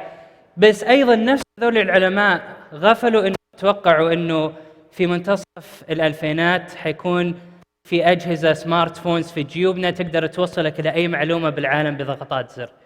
فاستشراف المستقبل شيء صعب، بس خلونا نحاول على مدى 20 دقيقة الجاية نشوف بعض الملامح وبعض النظريات اللي ممكن تقودنا إلى معرفة أبعاد هذا الموضوع. المستقبل صعب التكهن، بس خلينا نحط أطر كبيرة لدراستنا ولتبحرنا القادم. في عندي مفهومين كبار أبغى أترككم يعني تكون في بالكم وإحنا قاعدين نمشي في هذه التجربة. المفهوم الأول هو تعريف جميل للابتكار، يقول لك الابتكار هو عملية صناعة محفظة استثمارية من النماذج المستقبلية، أو innovation is the process of building a portfolio of futures. وهذا الشيء مهم لأنه دورك كصانع قرار أو كصاحب منشأة أو حتى كرب أسرة، أي دور أنت تكون فيه قائد وتحتاج إلى تحضير توجيه معين للمشي فيه، دورك هو عملية صنع القدرات الداخلية لك لمنشأتك لبلدك على استشراف هذا المستقبل وتعظيم دور الجميع في عملية صنع هذه النماذج المختلفة من المستقبل، لأنه أي واحد منهم ممكن يظهر. المفهوم الثاني هو أنه المستقبل موجود حالياً لكن بدرجات متفاوتة. The future is here but unevenly distributed. وطريقة نظرية جميلة إنه نشوف هذه المفهومين بشكل حي هي الأسكيرفز. الأسكيرفز اللي منكم يعرفها هي رسم بياني بسيط. المحور السيني هو الوقت، المحور الصادي هو القيمة أو معدل الانتشار. وتبدأ أي تقنية، كل منحنى هو عبارة عن تقنية. اللي منكم يعني خلينا ناخذ مثال الآلة الطابعة. الآلة الطابعة طلعت في 1450 ميلادي، غوتنبرغ طلعها. كانوا الناس يقولوا له ليش آلة طابعة، ليش ما نجيب 100 واحد يشتغلوا ويكتبوها بخط يدهم. أول ما تطلع أي تقنية جديدة عادة يا ينظر لها بعين من التكهن يا الناس تحاربها، بس مع الوقت الإنتاجية حقت هذه التقنية تبدأ بالقفز سريعاً. وهذه التقنيات تموت يعني ما يكون لها أي إنتاجية والناس يقفزون للتقنية التالية. فتقارب هذه المنحنيات التقنية مع مرور الوقت وتزامنها مع بعض يزيد من عجلة التطور هذه، وتوصل المرحلة لما نشوفها بشكل حي هذه 100 سنة، أكثر شوي حتى 120 سنة تقريباً من سرعة تطور التقنيات في أمريكا وقبل يعني استخدامها من قبل المستخدمين. لو تشوفوا حتى ما تصير S-curves، تصير يعني كيرفز عمودية، لأنه هذه التقنيات صارت تقفز بشكل سريع من ناحية الإنتاجية، تكلفتها تقل، تصل لعدد أكبر من المستخدمين. والجميل في الموضوع لو تطالع كل ما رحت يمين في المعدل الزمني، التقنيات هذه وتيرة انطلاقها للعالم تتسارع. ففي ضغط من عملية تسارع انطلاق هذه التقنيات، في سرعة في وصولها لعدد مستخدمين أكبر، وفي شيء غير بديهي أبداً قاعد يصير. إحنا نتوقع أنه هذه التقنيات كل ما كانت أقدم نوعاً ما، وكانت المدة الزمنية لها على يعني الأرض أو استخدام من ناحية البشر كل ما طالت، كل ما حتوصل للناس أكبر. بس اللي قاعد يصير الآن أنه أغلب التقنيات اللي وصلت لمليار إنسان حول العالم أو أكثر عمرها ما يتعدى بضع سنوات. وقاعدين نشوفها بشكل حي. قواعد اللعبة قاعدة تتغير. الآن أكبر شبكة تلفزيونية في العالم هي يوتيوب، ما عندها لا فريق إنتاج، ما عندها محطات بث فضائية. قواعد اللعبة تغيرت تماماً في عالم الإعلام. أكبر شركة نقل في العالم أوبر، ما عندها أي سيارة تملكها على قوائمها المالية، وصلت لأغلب الدول النامية في العالم عن طريق مفهوم الاقتصاد التشاركي. اير بي ان بي، اكبر شركه توريزم فندقه في هوسبيتاليتي فندقه في العالم، ما تملك اي وحده فندقيه، تصل لاغلب الاماكن في العالم عن طريق مفاهيم جديده في الاعمال. فيسبوك تقدر تقول انها اكبر شركه اتصالات في العالم، تتيح للمستخدمين التواصل فيما بينهم بالصوت والصوره والكلمه. هذه كلها شركات اكثر وحده فيها عمرها ما يتعدى 10 سنوات، بس غيرت مفاهيم وقطاعات قائمه لها عشرات السنين. إذا حاولنا نشوف أو نحط نظرية للتوجه القادم للتقنية، وين كل هذه الاستثمارات اللي قاعدة تطلع من سيليكون فالي أو غيرها حول العالم حتنصب خلال السنوات القادمة، في نظرية، والنظرية قد تكون صائبة وقد تكون خاطئة، بس على الأقل تعطي وسيلة لنا نثبت وجود كوزاليتي أو مسبب لهذا التوجه. النظرية أنه أغلب النشاط والحراك البشري اللي حيتم على السنوات القادمة هو لتوثيق وتمكين صناعة المنتجات وتوفير الموارد بشكل أقرب وأقرب إلى موقع الطلب. سلسلة القيمة اللي نعرفها في عالم الأعمال في توجه كبير أنه تصل هذه سلسلة القيمة، أغلب القيمة الموجودة فيها تيجي إلى موقع الطلب وليس إلى موقع التزويد. خلونا نشوف فكرتين كبيرتين الآن حتدعم هذا التوجه بشكل أكبر. أنت كمستخدم، كفرد في المجتمع، عشان تصنع أو تنتج أي شيء تحتاج شيئين كبار. تحتاج معرفة بهذا الشيء اللي تبغى تصنعه، تحتاج تفاصيل عنه، تحتاج العلم اللي يمكنك أنه تصنع هذا الشيء، وتحتاج المواد والموارد من طاقة أو ما خلافه لصنع هذا الشيء. مكونين رئيسيين. الآن نمسك الأولى، المعرفة عند الطلب. ولاحظوا أنا ما قلت البيانات عند الطلب أو المعلومات عند الطلب. خلينا نشوف إيش حيصير وإيش الأشياء اللي قاعدة تتم حالياً وحتتم في المستقبل القريب اللي تدعم إنه أي فرد في العالم ممكن يحصل على أي معرفة صنعت في العالم من بداية البشرية وبداية ما دونت البشرية علومها، حتى من النقش على الأحجار إلى ما وصلنا الآن. أي بشرية أي معرفة تطلع في البشرية لك كمستخدم الفرصة للوصول لها بشكل شبه لحظي. هذا الشيء كيف قاعد يصير؟ أكبر مسبب لها هو تطور القدرة الحاسوبية. ناخذ يعني صورة جميلة تورينا الفرق بين اللي قاعد يصير الآن وقبل. هذه صورة التقطت في 1957. الأول مين فريم كمبيوتر استخدم في مجال حكومي اسمه الأليت 405. كان يدير طاقم من عشرات المهندسين، كانت سرعته 100 عملية في الثانية. يعني لو جابوا 100 مهندس ويخلوا كل مهندس يسوي 100 في الثانية كان يمكن أرخص، لأنه سعره كان 600,000 ريال. وهذه كابينة واحدة، هو مكون من 21 كابينة، فهذه اللي بتشوفوا كابينة واحدة على الشاحنة. 6 طن وزنه، كلفته عالية جدا. نفس الصورة التقطها واحد مصور فوتوغرافي للرازبري باي. الرازبري باي جهاز ما صار له أشهر أعلن، قوته الحاسوبية 1 جيجا هرتز، يعني تقريبا 100 ضعف المين فريم اللي شفناه. والمين فريم اللي شفناه كان قطعة من 21 قطعة. سعره 15 ريال، وزنه 9 غرام. تطور مذهل. يعني لو قدرنا نقرب هذه بأقرب طريقة إلى شيء يعني نقدر نشوفه في قطاع آخر، لو هذه القدرة التطورية من ناحية خفض التكلفة والسرعة والإنتاجية تصير في قطاع السيارات، ممكن نركب سيارة الآن قيمتها ما يتعدى عشرات ريالات توصلنا من هنا إلى المريخ بنص يوم. هذه الأرقام، التطور اللي قاعد يصير في عالم التقنية والقدرات الحاسوبية مذهل. بس إيش قاعد يصير؟ وين إحنا في خط الزمن هذا التطور؟ هذه جراف جميلة، بس بدون ما ندخل في تفاصيلها أبغاكم تشوفوا شيئين مهمين. إحنا الآن في عام 2015 2016، إحنا شعرة بسيطة قدرتنا الحاسوبية، أي مستخدم يقدر يروح الآن للسوق ويشتري معالج حسابي شعرة تحت القدرة الحاسوبية للفار. قدرة هذا المعالج الحاسوبي شعرة تحت القدرة الحاسوبية اللي يقدر يطلعها مخ كائن عضوي. في بضعة سنوات، يعني لما نوصل 2025، التوقع أنه القدرة الحاسوبية المطلقة للأجهزة اللي المستخدمين يقدروا يجيبوها حتحاكي قدرات العقل البشري.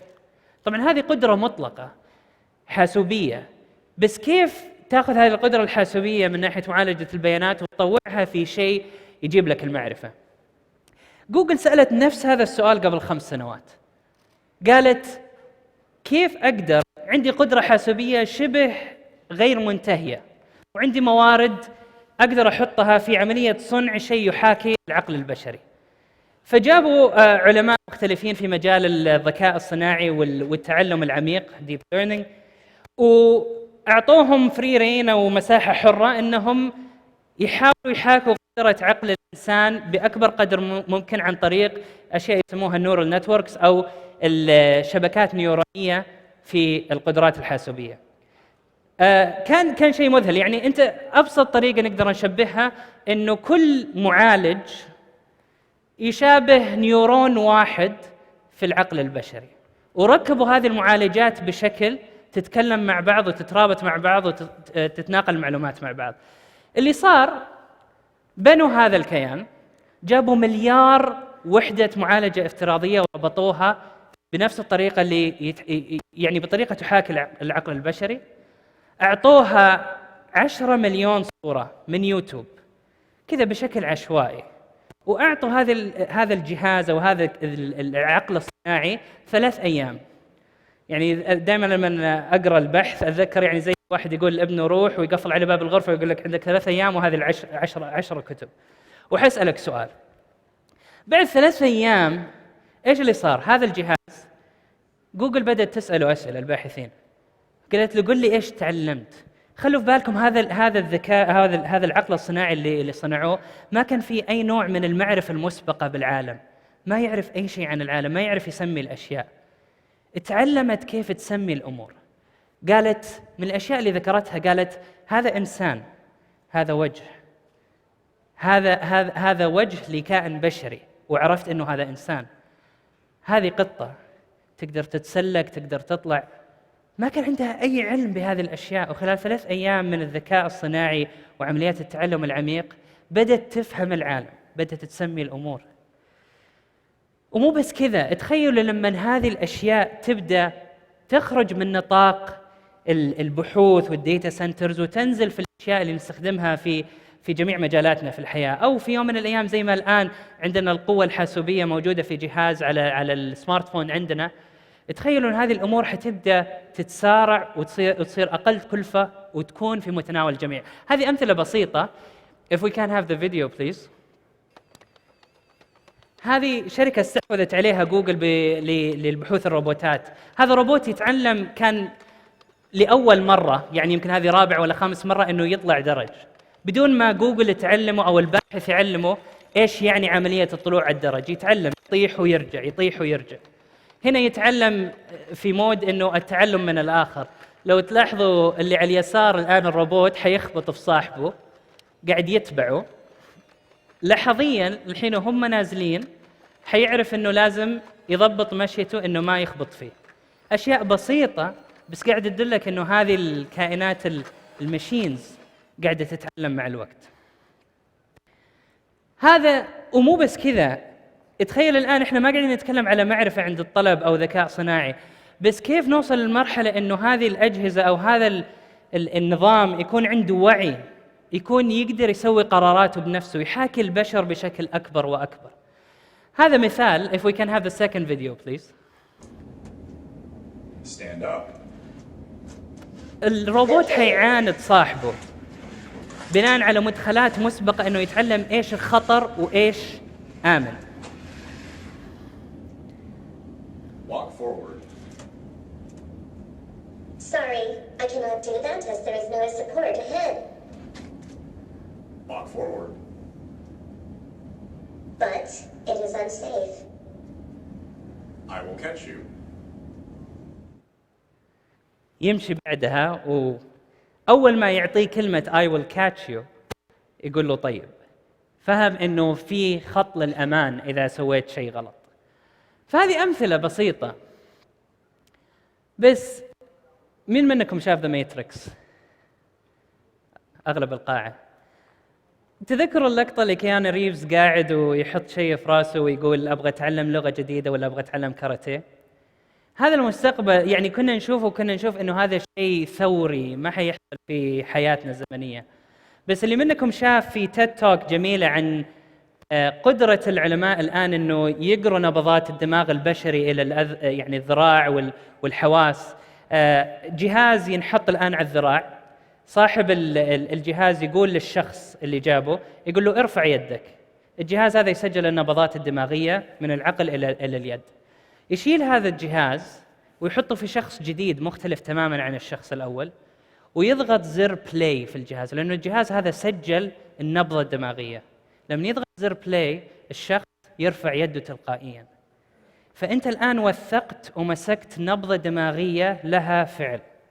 العلماء توقعوا الآن إنه الشيء العكسي أيضاً ممكن، إنه الآن أنت تقدر تسوي نفس الأسلوب وثيق عملية النيورونات كيف قاعدة تتكلم مع بعضها لما أنت تتعلم لغة جديدة أو تتعلم مهارة جديدة، وتأخذ هذا الشيء وتعيد خلق هذه النبضات لما أنت قاعد تمر بتجربة تعلم شيء جديد في شخص آخر. فمستقبل إنه نتعلم الأشياء لحظياً أقرب مما نتصور. الآن تكلمنا عن إنه في مستقبل قريب حتكون المعرفة فيه عند الطلب، بس الموارد عند الطلب. الإنسان يحتاج طاقة، يحتاج يكون عنده اتصال دائم بهذا منبع المعرفة اللي حيكون موجود، ويحتاج أشياء كثيرة.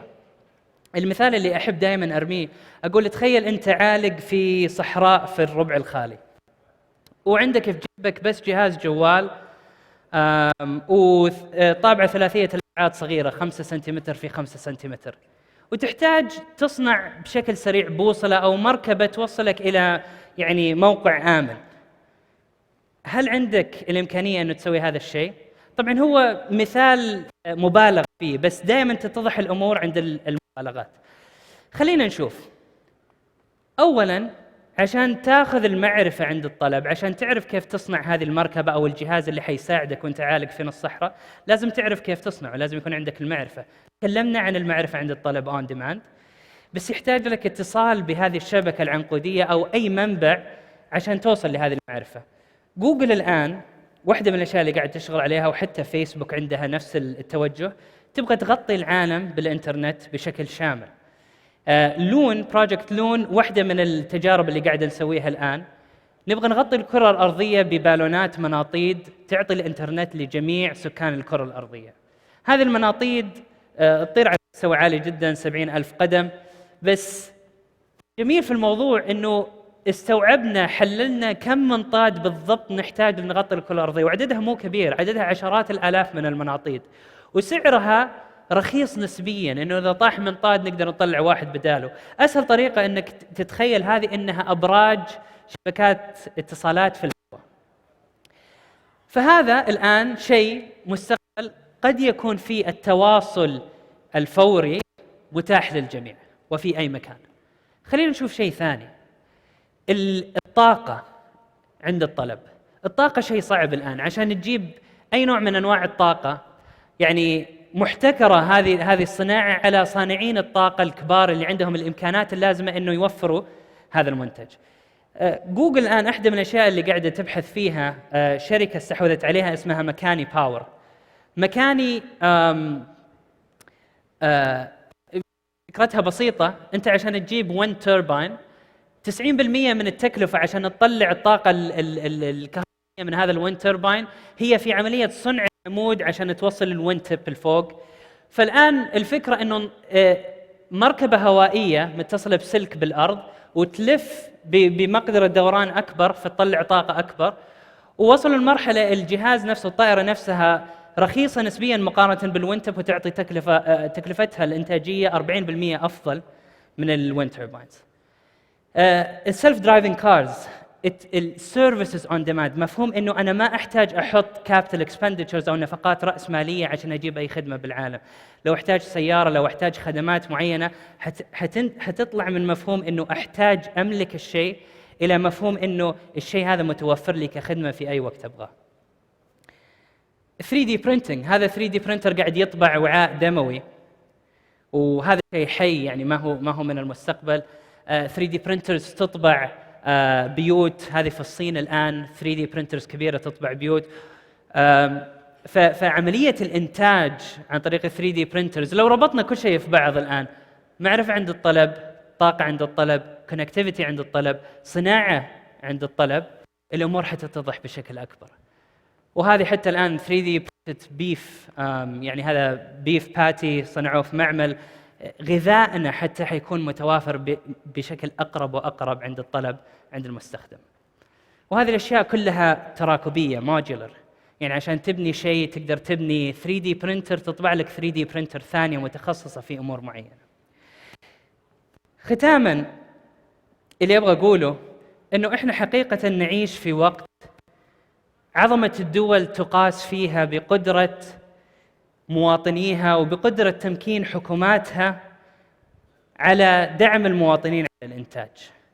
السباق العالمي للفضاء على سبيل المثال اللي كان محتكر بين دولتين عظيمتين، الآن صار محتكر، يعني مو محتكر، فكوا احتكاره رياديين اثنين قويين، إيلون ماسك سبيس اكس، جيف بيزوس في بلو أوريجين. أشياء ما كنا نتوقع أنه غير الدول تقدر تدخل في مجال سباق الفضاء، أفراد الآن صاروا يدخلوا فيه، مما يدل أنه من جد إحنا في عالم الآن القوة المركزية قاعدة تكسر، قاعدة تنحل، والقوة الآن الموزعة اللي تمكن المواطنين على الإنتاج والمشاركة في عجلة الإنتاج الاقتصادي هي القوة اللي حتنمو. وختاما اللي أبغى أقوله، إحنا الآن نمر بمرحلة نحتاج أنه نعيد تفكير في كثير من المفاهيم على انتمائنا لعجلة التنمية، على قدرتنا على المشاركة فيها، لأن الأمور قاعدة تتغير من مفهوم الندرة والموارد اللي تحت بطن الأرض إلى الوفرة والموارد اللي فوق الأرض اللي نقدر نستثمر فيها وتزيد قيمتها مع الاستخدام، من مفهوم أنه السيطرة وقوانين تسن أو تشرع بغرض السيطرة على الأمور أو على القطاعات إلى قوانين تسن للتمكين على الإنتاج والتمكين على دعم عجلة الاقتصاد. والمقولة الشهيرة أنه لا تستهين أبداً بقدرة ثلة من المواطنين على تغيير العالم، لأنهم تاريخياً الشيء الوحيد اللي استطاع أن يغير العالم. ما في وقت مرينا فيه أنه هذه المقولة أحق من هذا الوقت، وبالعكس أقول لا تستهينوا أنه أنت كشخص الآن ممكن تغير العالم، وأنت كامرأة ممكن تغير العالم. أتمنى نشوف محفظة استثمارية a portfolio of futures يطلع من المملكة العربية السعودية نغير فيه إقليمياً وعالمياً بإذن الله. شكراً لكم.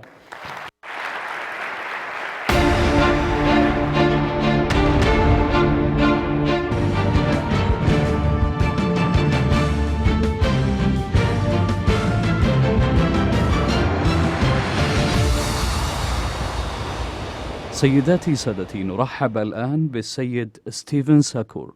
Ladies and gentlemen, please welcome back to the stage Mr. Steven Sacker. Yeah, well, you've seen enough of me already, I know that, but you know what? I salute you all for still being here. We are, as you know, running a tiny bit late, but it's fantastic that so many of you have stayed on, and we have one more panel session. We're going to have about half an hour of debate about something which I imagine many of you will be very, very interested in and keen to listen to. We're going to be talking about entrepreneurship. We're going to be talking about how best to create an environment to foster digital startups of all kinds, frankly, how to create the most dynamic, innovative economy, using the commitment, the drive, the enthusiasm of people determined to set up their own businesses, particularly in the tech sector. So that's what we're about, and I know it's late, and I know we've all had a long day, but I really think that there's a lot in this conversation that's going to be about energy, about dynamism, about fresh thinking. So let's rely on our panel to deliver some of that, eh? Let me introduce them very quickly, and then we'll get on with the conversation. And as usual, actually, I've forgotten my tablet, but if somebody could bring the tablet, we'll do the interactive questions thing, and we'll also get some questions from you guys as well before we finish. And I promise you half an hour or so, and we will break for dinner. So, the panel. Next to me, Mark Crowell, who is Vice President for Innovation and Economic Development at the King Abdullah University of Science and Technology, which we've heard about already today. KAUST, I think we're probably all going to call it. Next to Mark is Shankar Singham, who's Chairman and CEO of Competitiveness, and he's the Director of Economic Policy and Prosperity Studies at the Legatum Institute, an increasingly influential think tank in London. And at the end of the panel, please do also give a very warm welcome to Hala Fadel, who is founding managing partner of Leap Ventures and chair of the MIT Arab Startup Competition. And without boasting in any way, Hala said to me, if there is a young and dynamic entrepreneur in the Middle East, I probably know them. So she's extraordinarily well connected in this region. Give a very warm hand to our panel, and we'll get going. Okay, so I guess the obvious place to start is with, well, it's always good to start with a simple question, isn't it? What are, in your opinion, panel, the basic prerequisites for establishing a positive climate for entrepreneurship, for sort of dynamic people to establish dynamic businesses? Mark, you start. Thank you, and great to be here, and I'll add my note of congratulations to all of you for your stamina and your interest and hopefully engagement as we go forward. I'm going to try to keep my answer short and succinct. I think there are probably at least 3 key factors that I think are critical for creating and sustaining a vibrant innovation ecosystem. The first is you're not going to be surprised. My entire career is in a university. I'm going to say research. Research, in my view, is the seed corn. It's the fundamental requirement, if you will, for creating the innovations around which value can be created and translated into new services, products, and jobs. Second is human capital. Again, I'm a university guy, big surprise there. It's both training scientists who we increasingly refer to as scientist entrepreneurs, who yes, they're technically proficient in an important area of the innovation economy, but they know how to think about markets and finance and connecting with customers and other such, make presentations, that they really know how to talk about their science in terms of how it can be used in a very practical sense. And thirdly, I will just simply say a supportive policy environment. That ranges from capital formation to policies that affect the speed with which companies can be formed and incorporated, to ways in which government or NGOs or other partners of universities and research organizations can find funding to take the early stage research, the seed corn, and begin that very arduous journey from laboratory through the valley of death and toward a market application. So proof of concept funding, let me call it smart money, smart infrastructure, smart policies. How does Saudi Arabia score on your 3 key sort of categories? I've been here for a grand total of 3.5 months, so I am far from an expert in the country writ large. I will simply say, certainly based on my KAUST experience, phenomenal in terms of the research strengths, and I think there are many other universities and research organizations that are equally and profoundly excellent at turning out great research, have great faculty doing amazing and exciting things. On the human capital side, again, vibrant, interested, engaged. The scientists that we're training at KAUST are signing up in droves and energetically partnering with us to learn about entrepreneurship, to get their hands dirty, to come to our events, and really ensure that their academic experience includes hands-on experience exposed to managers, companies, and opportunities to understand the business world. On the sort of money and policy side, I think there's work to be done. I made a comment to a recent CAUS board meeting that I thought there was plenty of money in Saudi Arabia, but with all due respect, I wasn't sure if it was the right kind of money, the right focus of the money, understanding, if you will, the very high risk challenges associated with early stage investing. So I think getting the smart, focused, early stage money working with us to help get more shots on goal is a critical part of that. I also think it takes a little too long sometimes to form companies. I'm not yet prepared to diagnose it or to recommend a prescription for how to treat the illness, but I hear from my colleagues all the time that it really takes way too long to go through those early stage company building, incorporation motions. We need to really look at ways that we can look at transaction time, speed to market, and forming companies and bringing in the entrepreneurial partners needed to continue to grow the ecosystem.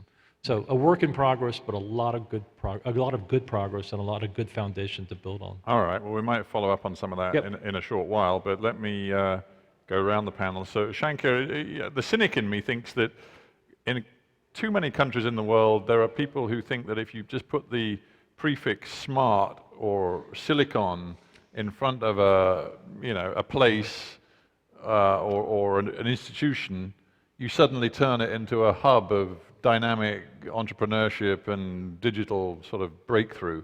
But that's not going to cut it, is it? So what does cut it? Well, I think I would reflect on what Mark said, the very last point he made about policy and so forth. I think in terms of preconditions for entrepreneurship, and whether it's innovation, high tech, or whether it's any kind of entrepreneurship, the preconditions of entrepreneurship are key, and that's the regulatory system. And I think we have an index that measures productivity gains as a result of regulatory changes. And what we found is that if you optimize your regulatory environment across the dimensions of trade, an open trading environment, competition on the merits as an organizing economic principle, and property rights protection, then you can liberate huge amounts of productivity, far bigger amounts of productivity than I think most people would guess. And here, I think in Saudi Arabia, great progress has been made, but I think there needs to be a lot more work on this area. And we've talked about this, I think, throughout the day. You're looking at the lifeblood industries that create the opportunities for entrepreneurs. Access to financial capital requires a competitive banking system. The lending rate here is very high in comparison with developed markets. You can lower that with a more competitive banking system, more competition. Transportation, telecoms, and so forth, energy. These are lifeblood industries. You want to lower the costs of these as inputs to business. If business has competitive inputs in those areas, they can be not only domestically successful, but globally successful. So these are big and serious and difficult structural reforms, rather than saying, oh, well, we need to encourage more free thinking, sort of Bill Gates and Steve Jobs types.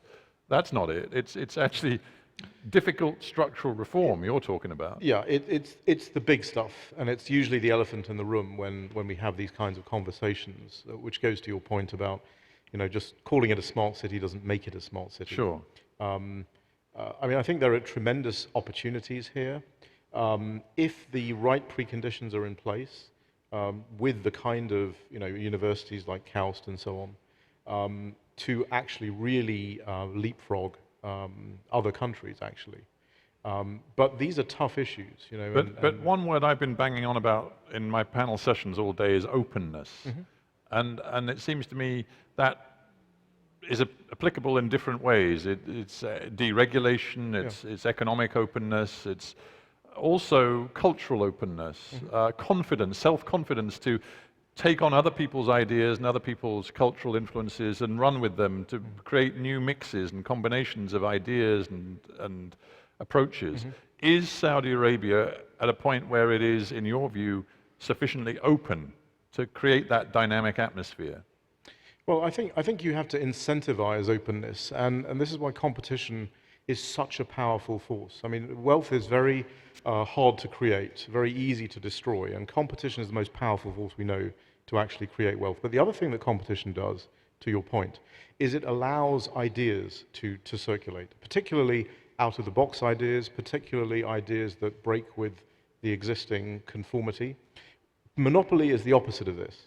So when you have a lot of state-owned enterprises in your economy, and you engage in corporatization rather than privatization with competition, and this is not unique to Saudi Arabia. I mean, many countries have privatized in ways that actually have not created competition. In fact, I would say most countries have done that. But there's an opportunity here, I think, to privatize in ways that liberate the forces of competition. When you do that, you create an opportunity for new ideas to take hold. And that applies across the board. An example of openness is in the whole area of foreign investment. Rather than having lists of areas where you are allowing people to come and invest, you have more of a positive list approach. I mean, there are certain things you may not want people to invest in, so you make that clear. But otherwise, the organizing philosophy is we are open to foreign investment. All right. Now, Hala, you probably better than anybody here know the realities of how startups get things done in the Middle East across the region, and you can make comparisons within the region. So what's this region like generally for startups, and how does Saudi compare with other players in the region? Sure. Before we start, I just wanted to thank Governor Abdellatif Al-Othman, a fellow MIT alum, for creating an environment for the debate around the right questions in the kingdom and in the region, and also my old friend Prince Saud Al-Faisal, who has been a great supporter of the MIT Arab Startup Competition from the start. So thank you. On the issue of a right ecosystem and how does it happen on the ground, first, my immediate reaction to what I've been hearing is that entrepreneurs in this region find their way around the big stuff that you've been mentioning. So I wouldn't define it as a priority for them today. I think there are three things that come up in every ecosystem we look at. And the first one is around the entrepreneurial mentality, what you called freedom or openness in the region. So allowing people to think differently, to think out of the box so that they can innovate. Also allowing them to pursue the dream of being self-employed as opposed to promoting the ideal image of an employee that has a recurring revenue that comes every month and creates a safety net around him.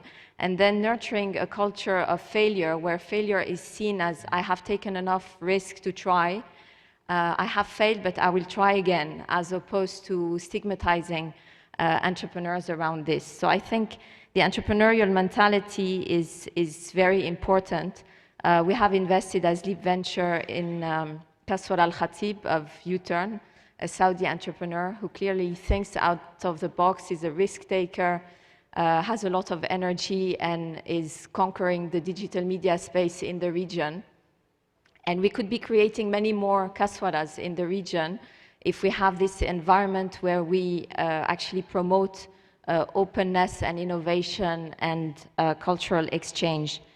The other big... But let me stop you there. I mean, I don't know, did you hear the panel we did earlier on economic cities and my exchanges with Fahad Al-Rashid? Sure. About the culture that he can establish in his city to ferment those ideas, to get people mixing from different cultures, different sort of backgrounds. And I pushed him particularly on the issues connected with women and women's rights and the degree to which you can attract the most talented international women to come to a city like that if there are elements of the society which are very alien to them. How do you respond to those issues? I think cake is attracting a lot of young Saudis, but they have also created for themselves pockets of openness and exchange in every city, in Riyadh, in Jeddah. I'm very optimistic about the youth in this country. They're very innovative, they have talent. We just need to reward that talent. I think it is there. Is it capable of drawing in others as well? Because that's the point.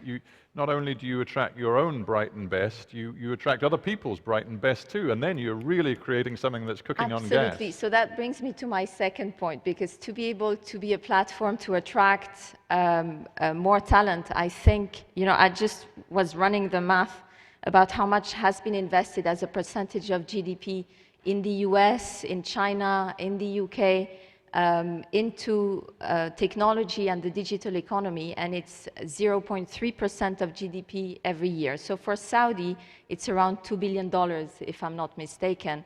And we just need to see those $2 billion invested in entrepreneurs in Saudi Arabia to create this ecosystem. In the 1930s, I think there was a £50,000 grant that was invested for the first oil well and research investment into that. If you actualize, if you see the value of that today, we need to invest that amount of money into technology and the digital economy to create these new sectors that many ministers have been discussing this morning. And to create the next big sectors as a percentage of GDP. It's not going to happen overnight. We need to invest money in them.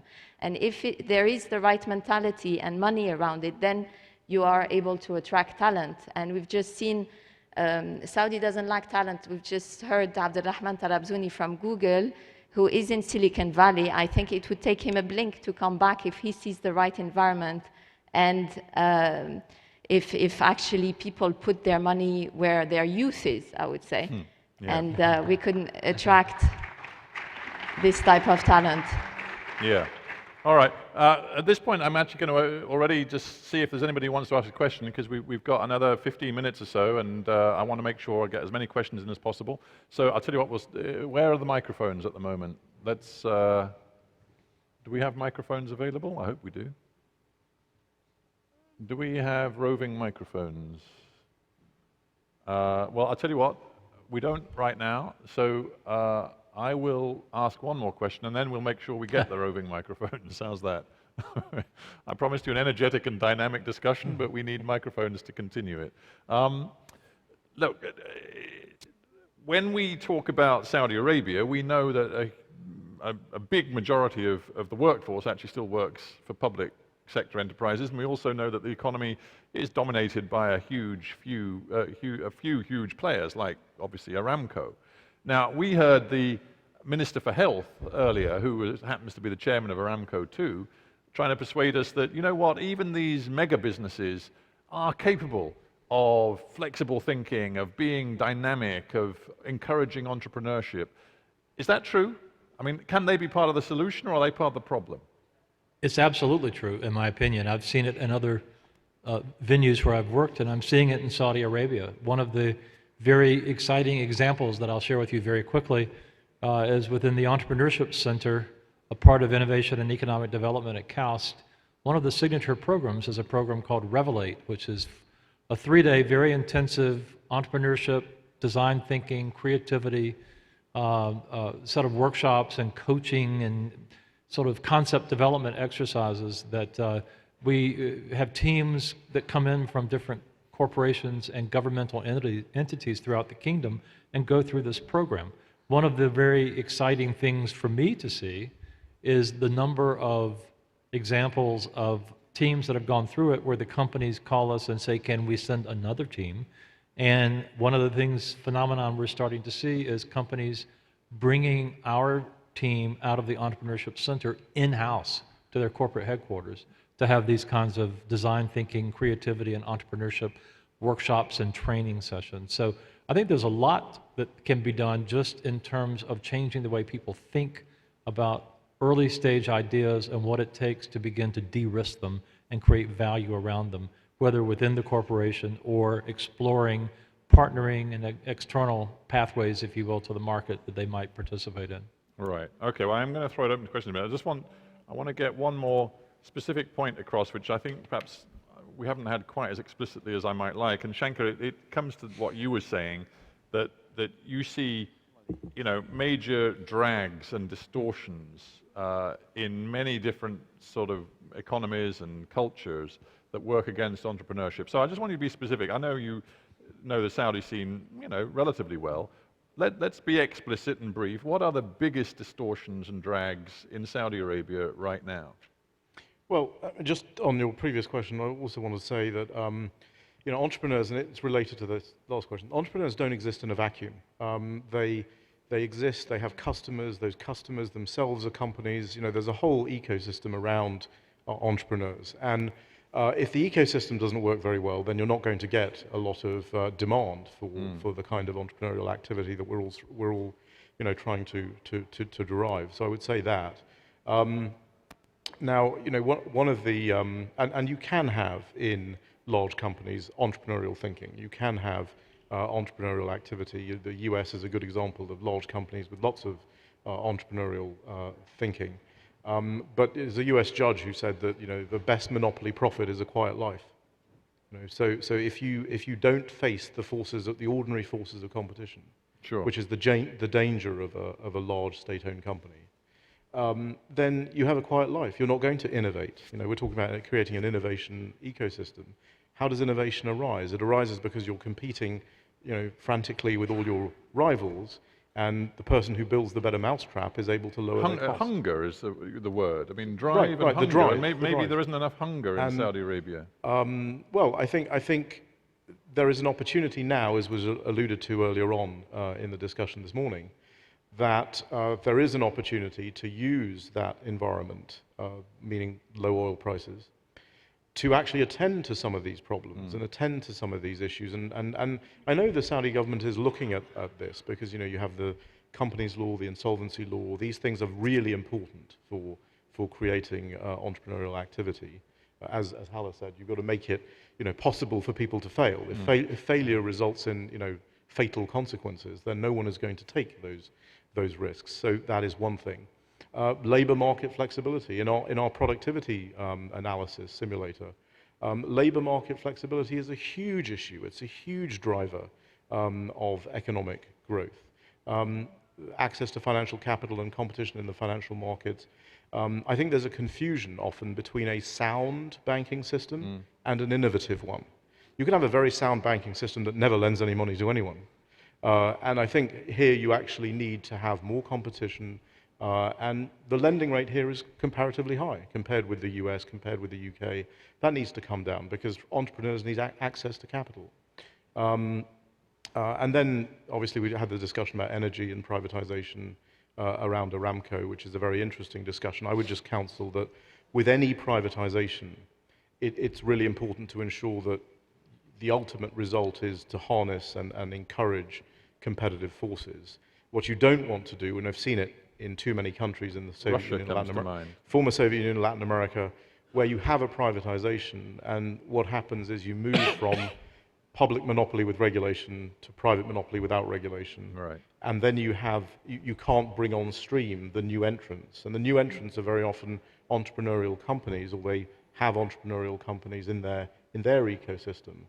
And so that's incredibly important to ensure that it is actually competitive, and ensuring that state-owned enterprises cannot use their existing privileges and benefits to outcompete, the private sector that you've basically just created through the privatization. So those are a few things, but yeah, well that's useful. Okay, now I did promise questions from the floor and microphones at the ready. So you, sir, you're ready. So let's get you first. Brief question with your name first, please. Jim Phillips, I'm Chairman CEO of Nanomac. It's based in the United States.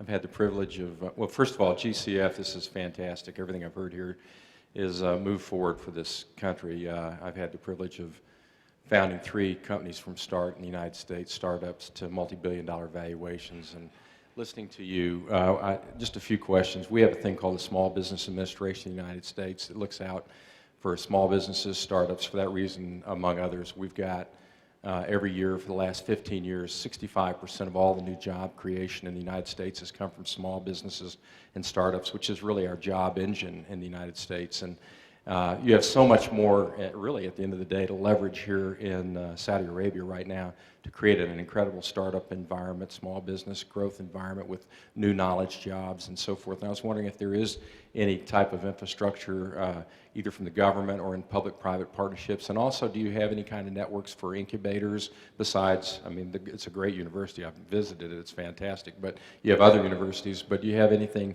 structurally for entrepreneurs in the way of networks for angel capital? There's got to be a tremendous amount of angel capital available here to help with the startups. Usually in the United States, that's the biggest holdup, is getting access to the initial seed capital and so forth. So just a few questions there. So thank you, sir. That's a really interesting question. Who wants to kick off? I mean, I'll give it a shot, but I'm going to be a bad panelist, Stephen, for just 1 minute. Go on, because then. you said maybe there's no hunger in Saudi, and I cannot just let that statement pass by my ear without reacting. Obviously didn't mean literal hunger. I meant hunger to Yeah, I know, hunger create to new achieve. business. Well, there is hunger, there is passion, there is drive in the youth. And maybe the topic that we should be addressing, that is really the big elephant in the room, is that there is a tension between this energy that you can find in the youth and the establishment. And you know, guess what? Saudi is not alone facing that problem. The whole Arab region is facing that problem, and to a certain extent, the whole world is facing the same problem. So I think we can discuss it very openly. We need to find bridges for the establishment and the people in power to understand what is going on at the youth level, and at the same time ask the youth to reach out and really take the time to explain their challenges and what they would like see happening on the ground. Well, I'm pleased you put that in, because that's important. Then on the question, Hala, or indeed anybody, is there a sort of small business boosting agency or administration here? And if there isn't, why not? And then the second question was about, you know, venture capital, getting that early seed corn money, and how easy is it? So there are lots of initiatives around the Arab region and in Saudi around, you mentioned incubators. I've heard Tuba Tirikli from Jeddah Flat 6 Labs that asked a question earlier this morning. There's someone here from Mecca Valley, Nabil, over there. So a lot, Badir program, lots of initiatives in the kingdom and in the Arab region around entrepreneurs. I think the minister announced an initiative for the SMEs this morning. That's a very important point, because the SMEs only account, if I'm not mistaken, for 25% of the Saudi economy, compared to over 60% in the US. So there is an effort that needs to be done in that direction. If I can sort of add something on the entrepreneurial cycle, because our company, we are an entrepreneurial company, and my company was incubated at Babson College, and you heard from Kerry Healy, the president of Babson College today, about, you know, their approach to entrepreneurship. And, you know, if you look at the entrepreneurial cycle, when we look at the 60% number in the US, it is the aspirational goal of every small business, one-person created company to one day be a big company. There's no entrepreneur that starts saying, I want to remain a small entrepreneurial company forever. It is the desire for growth that is the engine of growth for countries, particularly in the US. So if you look at entrepreneurial companies, it's after they've been around for 3 to 5 years. It's that 3 to 5 year period when they employ the most people. They are growing faster than traditional incumbent type companies. The problem, of course, is most of them don't get to that point. And if they don't get to that point, and if all you're doing is creating lots of startups that then fail in a year, you're not really attending to the problem. And so actually in Saudi and in many countries, when we analyzed the numbers and looked at the impact, for example, of the World Bank Doing Business Index, which makes it easy to register businesses and those sorts of things, the productivity gain, if you optimize that and don't do anything else, is tiny. It's about 1% in the case of Saudi. It's 0% in most emerging markets, developing countries. In developed countries where there aren't so many distortions, it might be up to 5%. But it's not sufficient to actually generate growth. So you have to care about the whole life cycle of the company. And I think sometimes particularly in the discussion about smart and Silicon Valley, we're looking only at startups. We need to be looking at the whole cycle. Right, so you're back to your structural points. Yeah. But okay, let's whiz through a few more questions because we haven't got much time. So we've got one over here. You, sir. Quick as you can, please. Amro Abbas from Porter Cloud Consulting. Last month, there was the ArabNet conference that spoke about digital startups. And I asked a question there. I didn't really get a good answer. I'm hoping you gentlemen and fine lady could be able to give us an insight on that. What makes a proper startup are legal, regulatory, and financial elements. And what's the barrier of learning and fully, I don't want to say copy-pasting, but copy, adapting, and then pasting what's been done in successful economies like the US, like the UK, like Canada, to bring these ecosystems into Saudi Arabia, whether it was from governmental or financial or regulatory elements. Right. Has there been successful copying, emulation? Well, I think the whole world is trying to answer that question. I think the whole world and governments around the world are trying to do this. But there's a reality that, again, is not often talked about in sessions like this, which is that particularly in emerging markets and developing countries, but actually in every country, the barriers to these changes, to give you the right kind of environment that you're talking about, the barriers are very real, and they involve very powerful people who benefit from the distortions that exist. And the potential entrepreneurial sector you might have, if you corrected for these things, has no political power. And so it comes back to some of the things that Hala was talking about in terms of, you've got this tension between the entrepreneurial class, if you will, which tends to be a youth-driven class, and the more traditional mindset that is very much coming out of incumbency, powerful groups that benefit, frankly, from the distortion that exists in the market. So it's easy to talk about this. It's easy to say, if all it was a question, it was simply copying the regulatory systems of the US, Canada, and the UK, everyone would be doing it. The difficulty is actually overcoming that power.